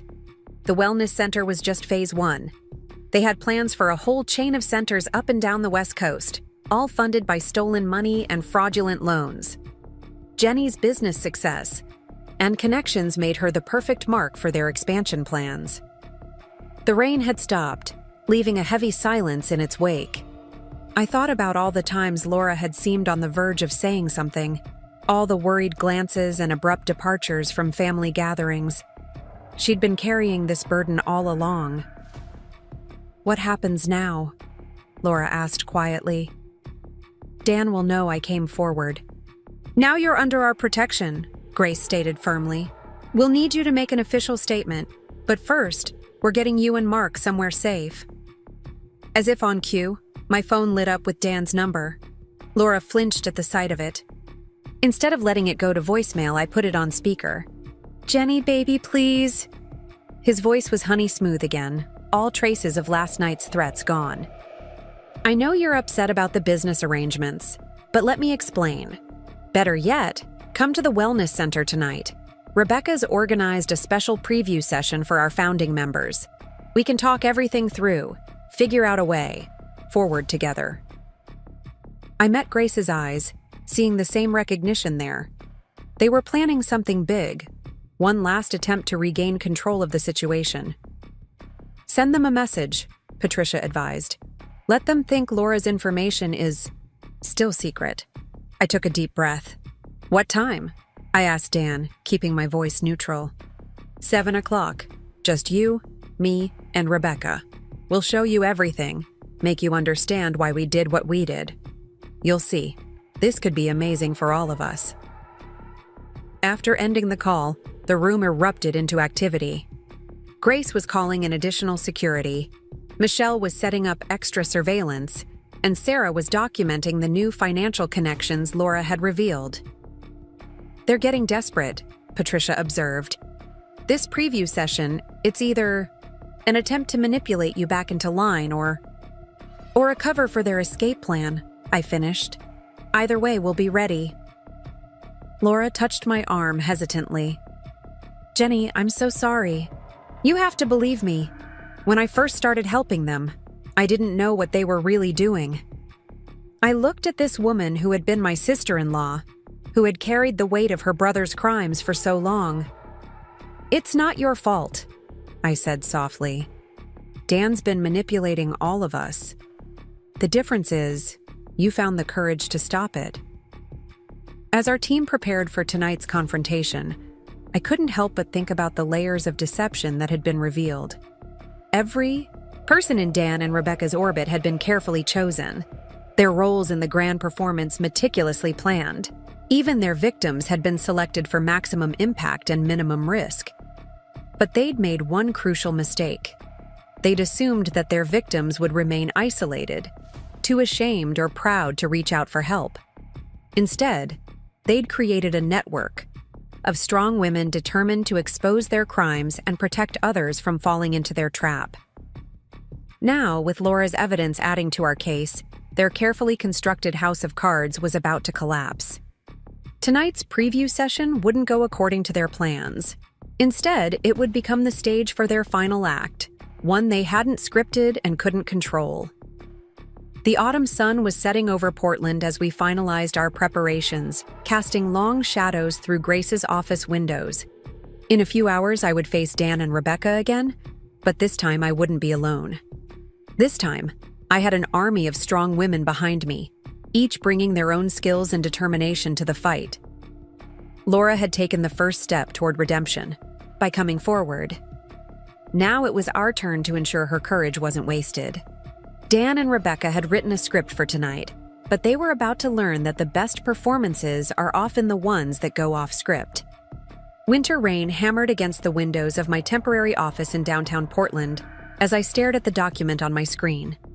The timestamp read 3:27 a.m., but sleep was the furthest thing from my mind. What I'd just discovered in Laura's files made everything else seem like mere preparation for the real betrayal. You need to see this now, I texted Michelle, knowing she'd be awake. As our tech expert, she'd been working through Laura's files methodically, but I'd decided to do my own deep dive. Sometimes an outsider's eyes could spot patterns others might miss. Michelle's response was immediate. On my way. Don't open anything else until I get there. The file in question was buried in layers of encrypted folders, a video from 3 years ago, before I'd even met Dan. In it, he and Rebecca sat in what looked like a hotel room, casually discussing their next target. Me. They'd planned everything.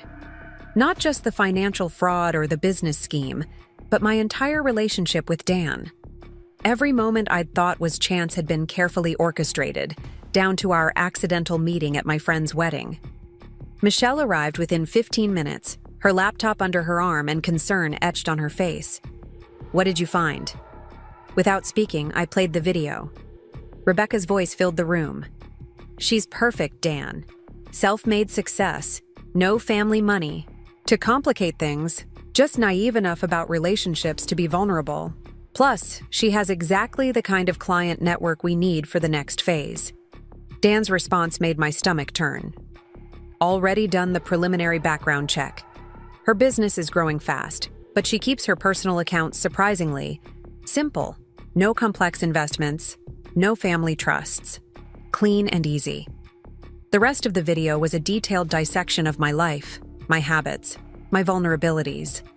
They'd studied me like a target, identifying exactly how to manipulate me emotionally and financially. "There's more," I said quietly, opening another folder. "Look at the dates on these documents." Michelle leaned in, her eyes widening as she scrolled through the files. "These incorporation papers for Zen Life. They're from 4 years ago, before you even met Dan." "Exactly. They've been planning this wellness center scheme for years. I wasn't just their mark for money. I was chosen specifically because my client list included everyone they needed for the next phase of their operation." The documents told a story more calculated than we'd imagined. Zen Life wasn't just a fraudulent business. It was the culmination of years of careful planning. They'd built their entire scheme around accessing my network of successful, busy professional women who might be interested in an exclusive wellness center. My phone buzzed. Grace Chen calling at this ungodly hour. "Jenny, are you looking at the files? You knew?" "Just found out. Patricia's been going through the legal implications. This changes everything. It's not just fraud anymore.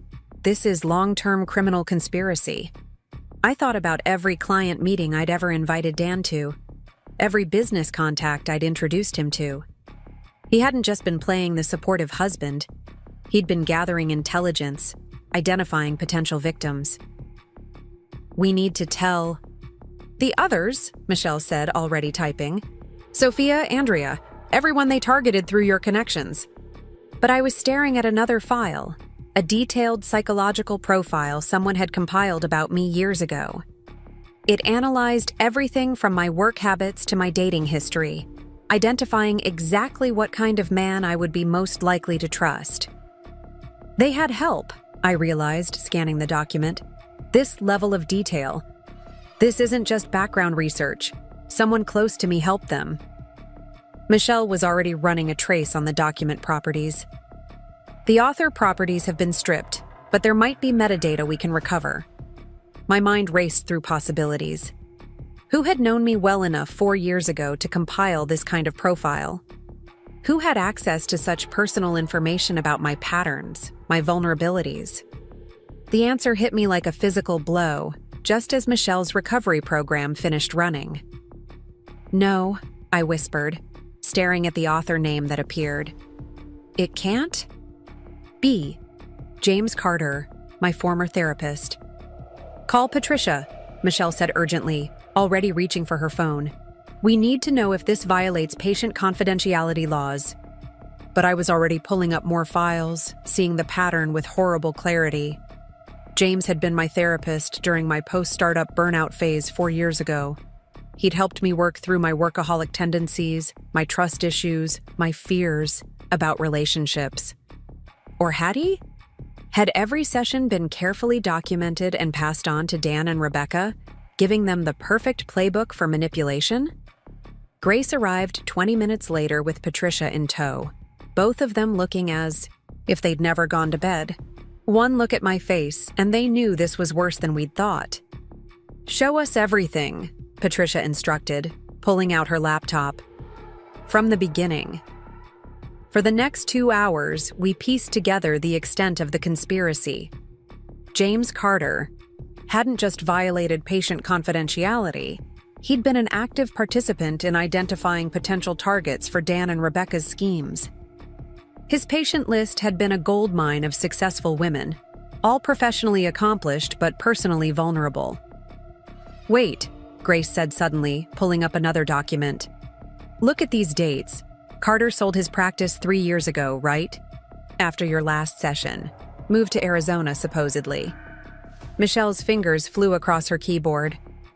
No record of him practicing in Arizona, but there's a James Carter listed as a silent partner in 3 failed wellness centers in other cities.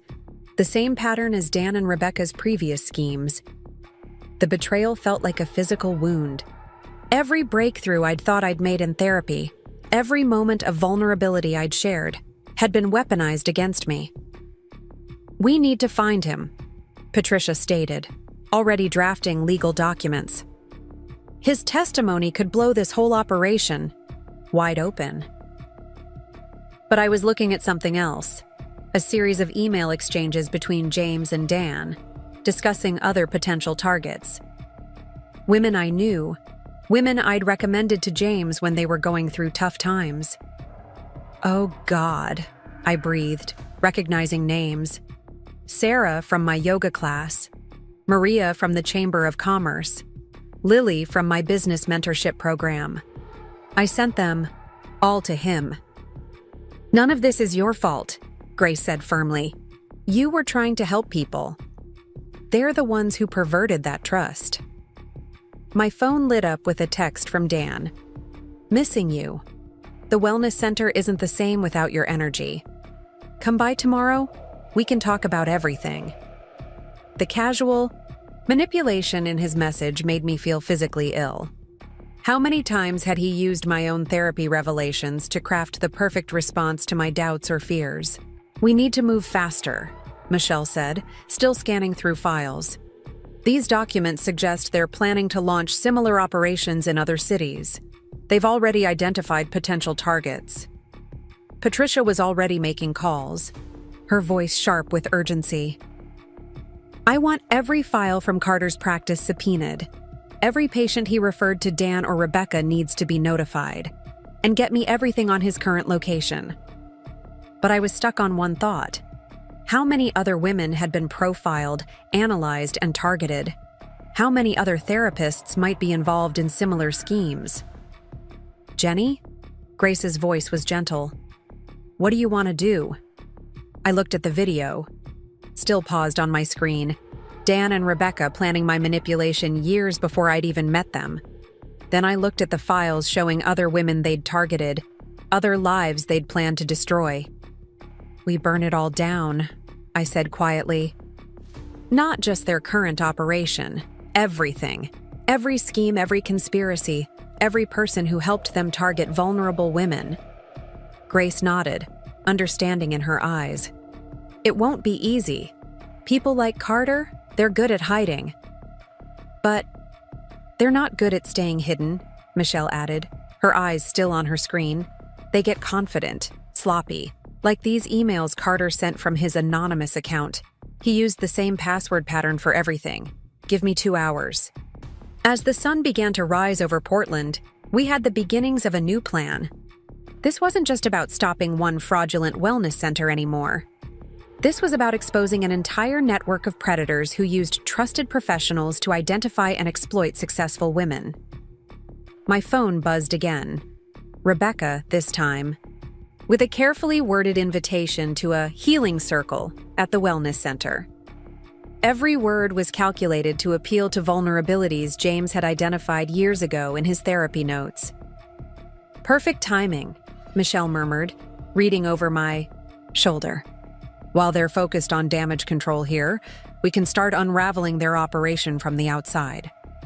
Patricia was already coordinating with law enforcement in other cities, building cases around the previous wellness centers. Grace was drafting documents to freeze assets we hadn't even known existed yesterday. The rain had finally stopped, leaving a strange clarity in its wake. Everything looked different now, not just my relationship with Dan, but every interaction I'd had over the past 4 years. How many conversations had been genuine? How many relationships had been real? But as I watched these brilliant women work, each bringing their unique skills to dismantle this conspiracy, I felt something else too. Hope. Not just for justice, but for all the women we might save from falling into their carefully laid traps. "Jenny?" Michelle called softly. "I found something else. A list of their next targets. Women they've been grooming for months. All successful, all vulnerable. All carefully profiled and analyzed." I took a deep breath, squaring my shoulders. "Send it to Patricia. And Michelle? Find me everything you can about James Carter's current location. It's time we had a conversation about patient confidentiality. The morning light filtered through the office windows, casting long shadows across our scattered documents and glowing screens. Somewhere out there, Dan and Rebecca were probably planning their next move, confident in their ability to manipulate and control. They had no idea that their perfect plan, years in the making, was about to collapse. Not just because of what we'd discovered, but because they'd made one crucial mistake. They'd assumed that broken trust meant broken spirit. They were about to learn just how wrong they were. The atrium of Zen Life Wellness Center glowed with carefully positioned ambient lighting, designed to create an atmosphere of tranquility and trust. Himalayan salt lamps cast a soft pink hue over the reception area where I sat, waiting for my 7 o'clock meeting with Dan and Rebecca. The air was heavy with expensive essential oils, a custom blend that probably cost more than most people's monthly rent. Through hidden earpieces, I could hear Michelle coordinating our surveillance team. All exits covered. Grace's people are in position. We've got eyes on both targets. Her voice was steady, professional, a sharp contrast to the nervous energy coursing through my veins. Right on cue, Rebecca emerged from the meditation room, wearing flowing white linen that somehow managed to look both spiritual and calculating. "Jenny, thank you for coming. I know this hasn't been easy." Her voice carried that practiced, gentle tone that had fooled so many others. Dan appeared moments later from his office, his usual confident swagger slightly dimmed. "Honey, you're here. I was starting to worry you wouldn't come." He moved to embrace me, but I stepped back, watching the flash of frustration cross his face. "Let's skip the performance," I said quietly. "I think we all know why I'm really here." Rebecca's serene mask slipped for just a moment. "Whatever. You think you know? How about we start with James Carter?" The name hit them like a physical blow. Dan's face went pale, while Rebecca's perfect posture stiffened. "Or should we discuss the other wellness centers? Seattle, Vancouver, San Francisco?" Those business ventures were completely legitimate, Dan started, but I cut him off. "Save it for the prosecutors. I've seen the videos, Dan. The planning sessions where you and Rebecca mapped out exactly how to manipulate me. 4 years of surveillance and profiling before you ever accidentally bumped into me at that wedding." Rebecca moved then, trying to position herself between Dan and me, a practiced maneuver they'd probably used countless times before. "Jenny, please. You don't understand what's really happening here. We were trying to build something meaningful. By stealing from successful women? By using their therapist's notes against them? Tell me, Rebecca, how many other lives have you destroyed while building your meaningful projects?" Through my earpiece, Michelle's voice came urgently. Movement at the back entrance. 2 more players entering. I didn't need Michelle's warning to sense the shift in the room's energy. The glass doors opened, admitting 2 figures I'd been expecting: James Carter himself, and a woman I recognized from his case files, Elizabeth Morgan, another therapist who'd been feeding them information about potential victims. "Well?" James said smoothly, his familiar therapeutic tone sending chills down my spine. "I see we have some issues to work through." "Dr. Carter," I acknowledged, noting how Dan and Rebecca had automatically shifted to flank him. "How's Arizona?" "Oh, wait. You never actually moved there, did you? Too busy setting up fake wellness centers and violating patient confidentiality." Elizabeth stepped forward, her professional demeanor as practiced as Rebecca's spiritual one. "Jenny, you're clearly experiencing some paranoid delusions. Why don't we all sit down and discuss this rationally?" "Rationally?" I pulled out my phone, playing one of the videos we'd discovered. James's voice filled the atrium. "Target profile indicates high achievement orientation combined with underlying abandonment issues. Classic type A personality with exploitable trust patterns."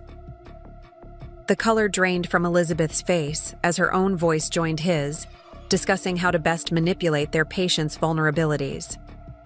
Dan moved toward me, his hand outstretched. "Give me the phone, Jenny." "Or what? You'll threaten me like you threatened your sister. How's that working out for you, by the way?" The mention of Laura made Dan's mask crack completely. "You stupid bitch," he snarled. "You have no idea what you're dealing with.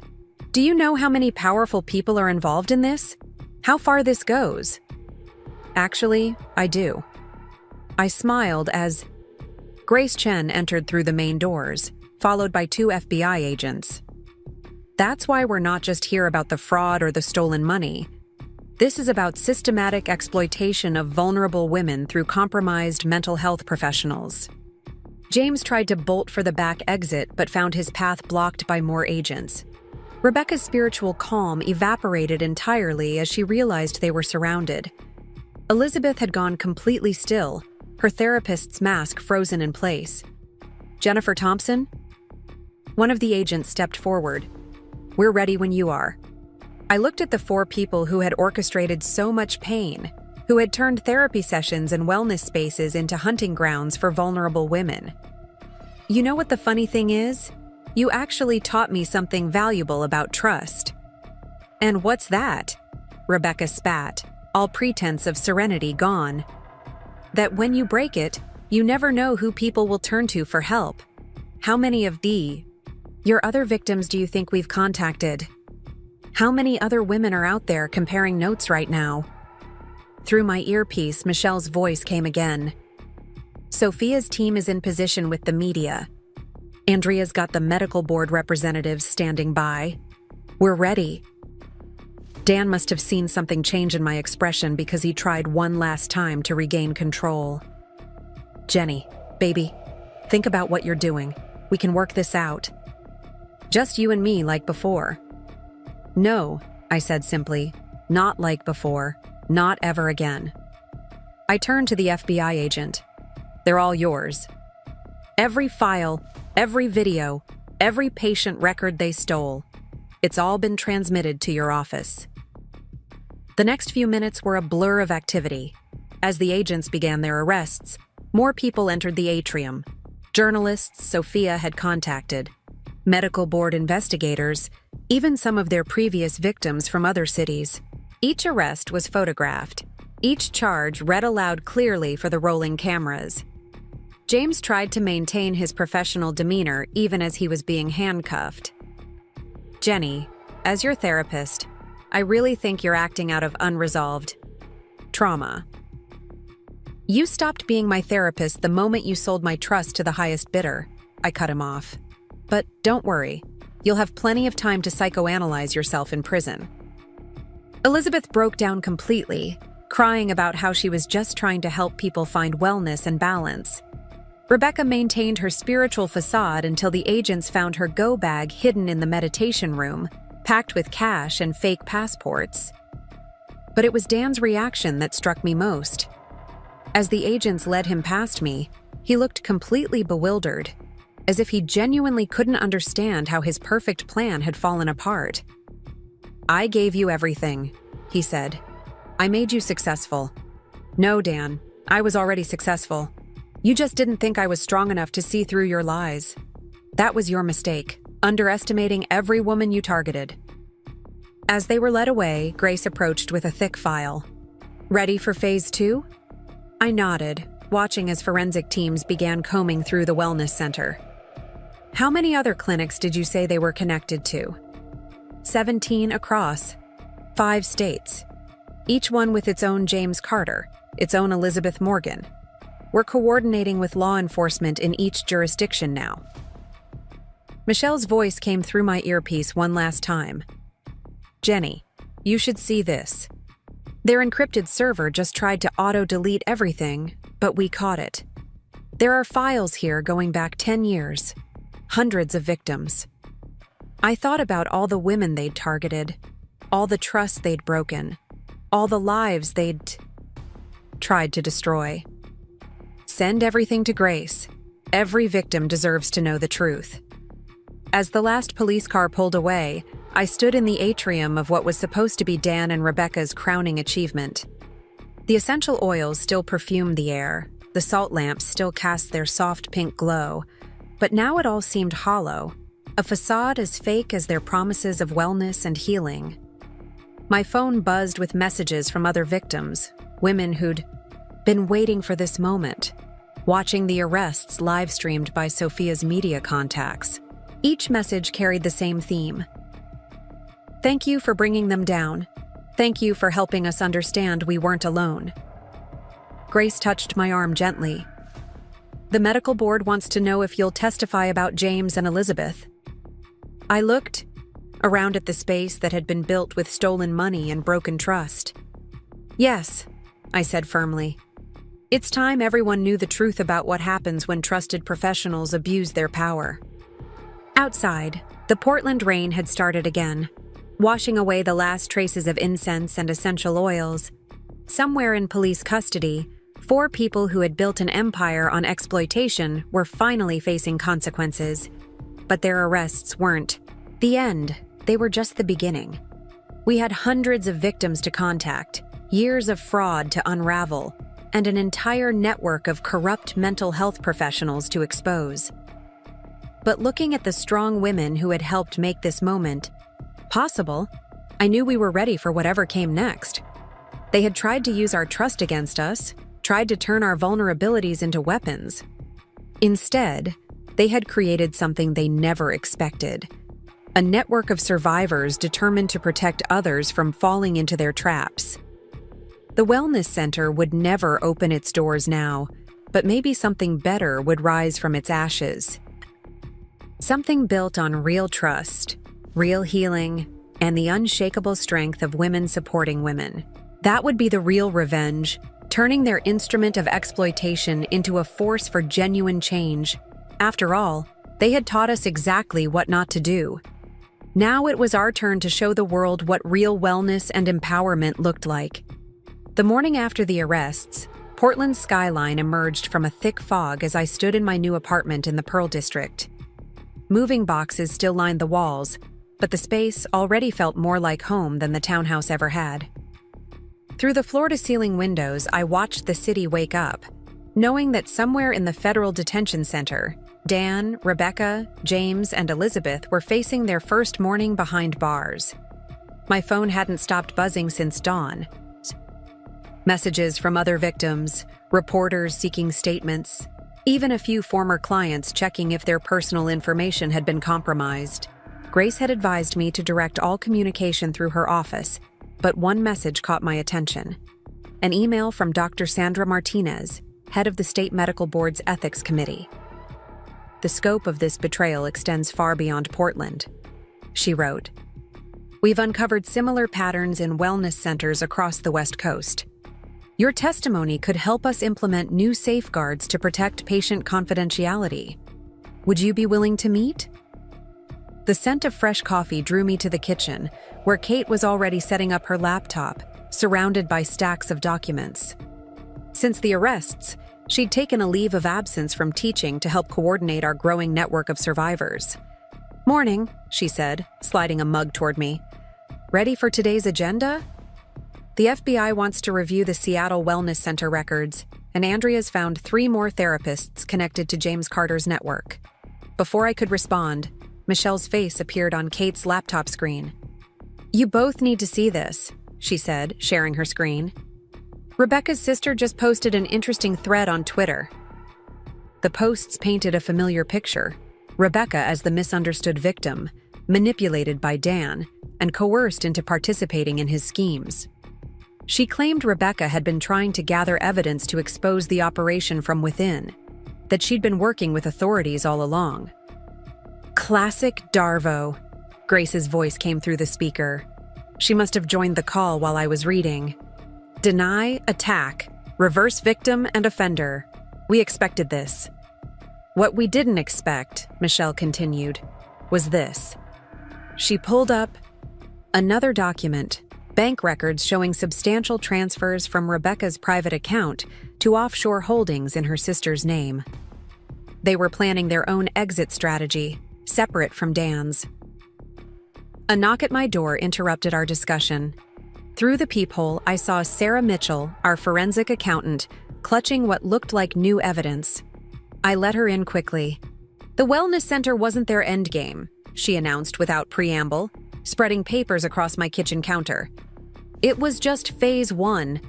Look at these property records. We gathered around the documents. Dan and Rebecca had been quietly acquiring land through shell companies, planning to build an entire network of wellness communities, exclusive developments targeting successful women looking for work-life balance. The real money wasn't in the centers, Sarah explained, pointing to projected revenue streams. It was in the real estate.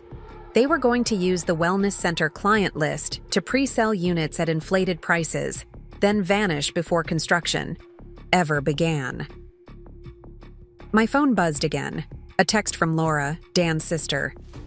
FBI just finished interviewing Mark. You won't believe what they found in Dan's office safe. I need to go, I told the group, already reaching for my coat. Grace, can you meet me at the Federal Building? The drive downtown gave me time to think. Every day brought new revelations, new layers to their deception. But it also brought new connections, new allies in our fight for justice. Women who had been isolated by shame and self-doubt were finding their voices, sharing their stories, helping others recognize the warning signs. At the Federal Building, Laura was waiting with Mark. Her eyes were red from crying, but her voice was steady as she explained what they'd found. A detailed playbook for identifying and exploiting successful women, complete with psychological profiles provided by compromised therapists.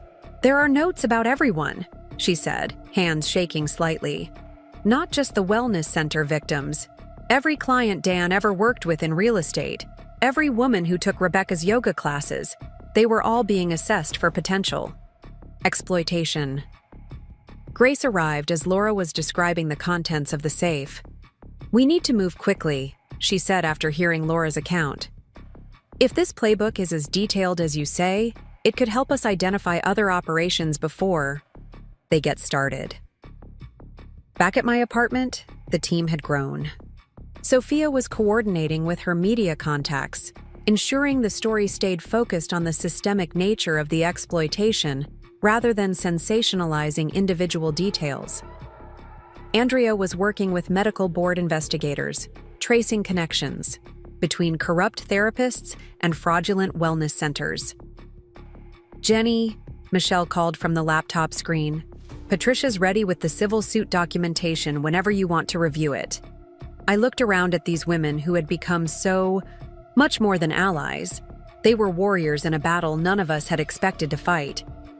Each brought unique skills, perspectives, and determination to our cause. The fog had lifted completely now, revealing a city forever changed by what we'd uncovered. But as I watched my team work, I realized something important. We weren't just exposing corruption. We were building something new from the ashes of betrayal. My door buzzed again. This time it was Dr. Martinez from the medical board, arriving early for our scheduled meeting. Her expression was grave as she set down her briefcase. We've been going through James Carter's records, she began. The network is larger than we initially thought. These wellness centers, they were just the visible part of a much bigger operation. She spread out documentation showing how corrupt therapists had been systematically identifying and profiling successful women for years, creating a pipeline of potential victims for various fraud schemes. They preyed on women during their most vulnerable moments, Dr. Martinez continued, using therapy sessions to gather intelligence, to identify patterns and weaknesses that could be exploited. My phone lit up with another message, this time from Rebecca's cellmate. She'd reached out through proper channels, claiming she had information about other operations still in progress. Grace advised caution. It could be another manipulation attempt, she warned. Rebecca's very good at playing the reformed insider. But something about the message felt different. Perhaps it was the detailed information about wellness centers we hadn't yet uncovered, or the names of therapists who hadn't appeared in any of our files. We need to check it out, I decided. But carefully. Michelle, can you verify these locations? As Michelle began her research, Sarah arrived with more financial records. The property developments weren't just for future fraud, she announced. They were also money laundering operations. Clean cash mixed with dirty money, all hidden behind legitimate-looking real estate transactions. The scope of what we were uncovering was staggering.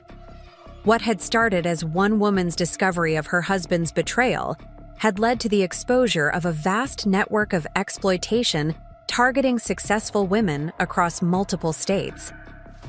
Dr. Martinez took careful notes as we shared our findings. This will change everything, she said. Not just how we regulate therapy practices, but how we think about protecting vulnerable clients from systematic exploitation. My phone buzzed yet again. Another victim reaching out. Another story of trust betrayed and strength rediscovered. Each message reinforced what we already knew. We weren't just fighting for justice, we were fighting for transformation. As the day progressed, our team grew more focused, more determined. We weren't just victims anymore. We were investigators, advocates, and change-makers. Each new piece of evidence, each additional connection we uncovered, strengthened our resolve. The sun was setting over Portland when we finally took a break. Looking around my new apartment, at the women who had become my strongest allies, I felt something I hadn't experienced since this nightmare began. Hope. Not just for justice, but for real, lasting change. We were building something powerful. From the wreckage of betrayal, a network of support, a system for identifying and stopping exploitation before it could take root. The very things they had used against us, our success, our trust, our desire for connection, were becoming our greatest strengths. Tomorrow would bring new challenges, new revelations, new battles to fight. But tonight, watching the city lights come alive as darkness fell, I knew we were ready. They had tried to break us, but instead, they had forged us into something unbreakable. The future was uncertain, but one thing was clear. We weren't just surviving anymore. We were transforming. And that transformation would ripple out far beyond Portland, touching lives we hadn't even met yet, protecting women who would never know how close they came to being targeted. That would be our true victory, not just exposing the past, but protecting the future. One story, one connection, one changed life at a time. 1 year later, I stood at the podium in the Portland Convention Center, facing a room filled with hundreds of women. The air hummed with energy as I prepared to deliver the keynote speech at the first National Conference on Financial Exploitation Prevention. Behind me, a banner read, "Breaking the Silence, From Victims to Victors." A year ago, I thought I was alone, I began, my voice steady despite the emotion threatening to overwhelm me. I was standing in my kitchen, staring at fraudulent credit, card charges, thinking I was the only one who had been betrayed this way. I had no idea that moment would lead to exposing one of the largest organized fraud networks targeting successful women in the country. The faces looking back at me weren't just conference attendees. They were survivors, advocates, and warriors in their own right. Many had similar stories, different only in the details. In the front row sat our core team: Kate, Michelle, Grace, Sarah, and Andrea. Sophia was live streaming the event through her now national media network. Today, I'm not here to talk about Dan Thompson, Rebecca Anderson, or the therapists who betrayed their patients' trust. They're serving their sentences, their stories old news. I'm here to talk about what we built from the ashes of their deception. The screens behind me displayed statistics that still had the power to take my breath away. Over the past year, our network had helped expose 47 similar operations across the country. 312 corrupt mental health professionals had lost their licenses. Thousands of women had come forward with their own stories of targeted exploitation. But the numbers don't tell the real story, I continued. The real story is about connection, about women refusing to remain silent, about turning personal pain into collective power.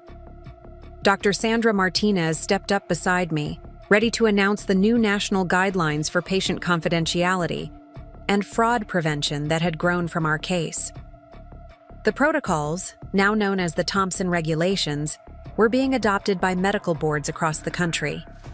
When we started this journey, we thought we were fighting individual criminals, I told the crowd.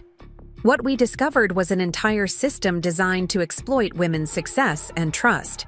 But systems can be changed. Networks of exploitation can be transformed into networks of protection. The evidence we'd gathered had led to more than just criminal convictions. It had sparked a movement. The Wellness Center fraud had become a case study in law schools, psychology programs, and business ethics courses. Women were learning to recognize the warning signs, to trust their instincts, to reach out for help before it was too late. Laura Thompson, no longer using Dan's last name, took the stage next. She'd become one of our strongest advocates, turning her insider knowledge of how predators operated into valuable intelligence for law enforcement. Her testimony had been crucial in exposing similar operations in other cities. The hardest lesson we learned, she shared, was that silence serves the predators. Every woman who speaks up makes it harder for them to operate, harder for them to isolate their next target. The former Zen Life building had been transformed into the Women's Financial Empowerment Center, offering legitimate wellness services alongside financial literacy programs and fraud prevention workshops. The same space that had been designed to exploit now served as a beacon of hope and education. Rebecca's sister had eventually turned state's evidence, revealing connections to operations we hadn't even known existed. Her cooperation had helped us understand how these schemes evolved, how they identified and groomed potential victims, how they created the perfect mix of trust and isolation. As I looked out at the audience, I saw more than just survivors. I saw CEOs who had implemented new financial security protocols in their companies, therapists who had helped design early warning systems for patient exploitation, lawyers who had specialized in helping women recover from financial fraud. The greatest weapon they had, I continued, was our belief that we were alone, that no one would understand how we, successful professional women, could fall victim to such schemes. That shame kept us silent, kept us isolated, kept us perfect targets. Michelle's tech team had developed software specifically designed to detect patterns of systematic financial exploitation. The program, now used by banks across the country, had already prevented millions in potential fraud. But we're not alone anymore, I said, my voice growing stronger. Every woman in this room represents hundreds more who are finding their voice, sharing their story, protecting others from experiencing what we went through. Sarah stepped forward to present the latest findings from our financial forensics team. The patterns we'd identified had led to the creation of new banking regulations specifically designed to protect against targeted exploitation of successful women.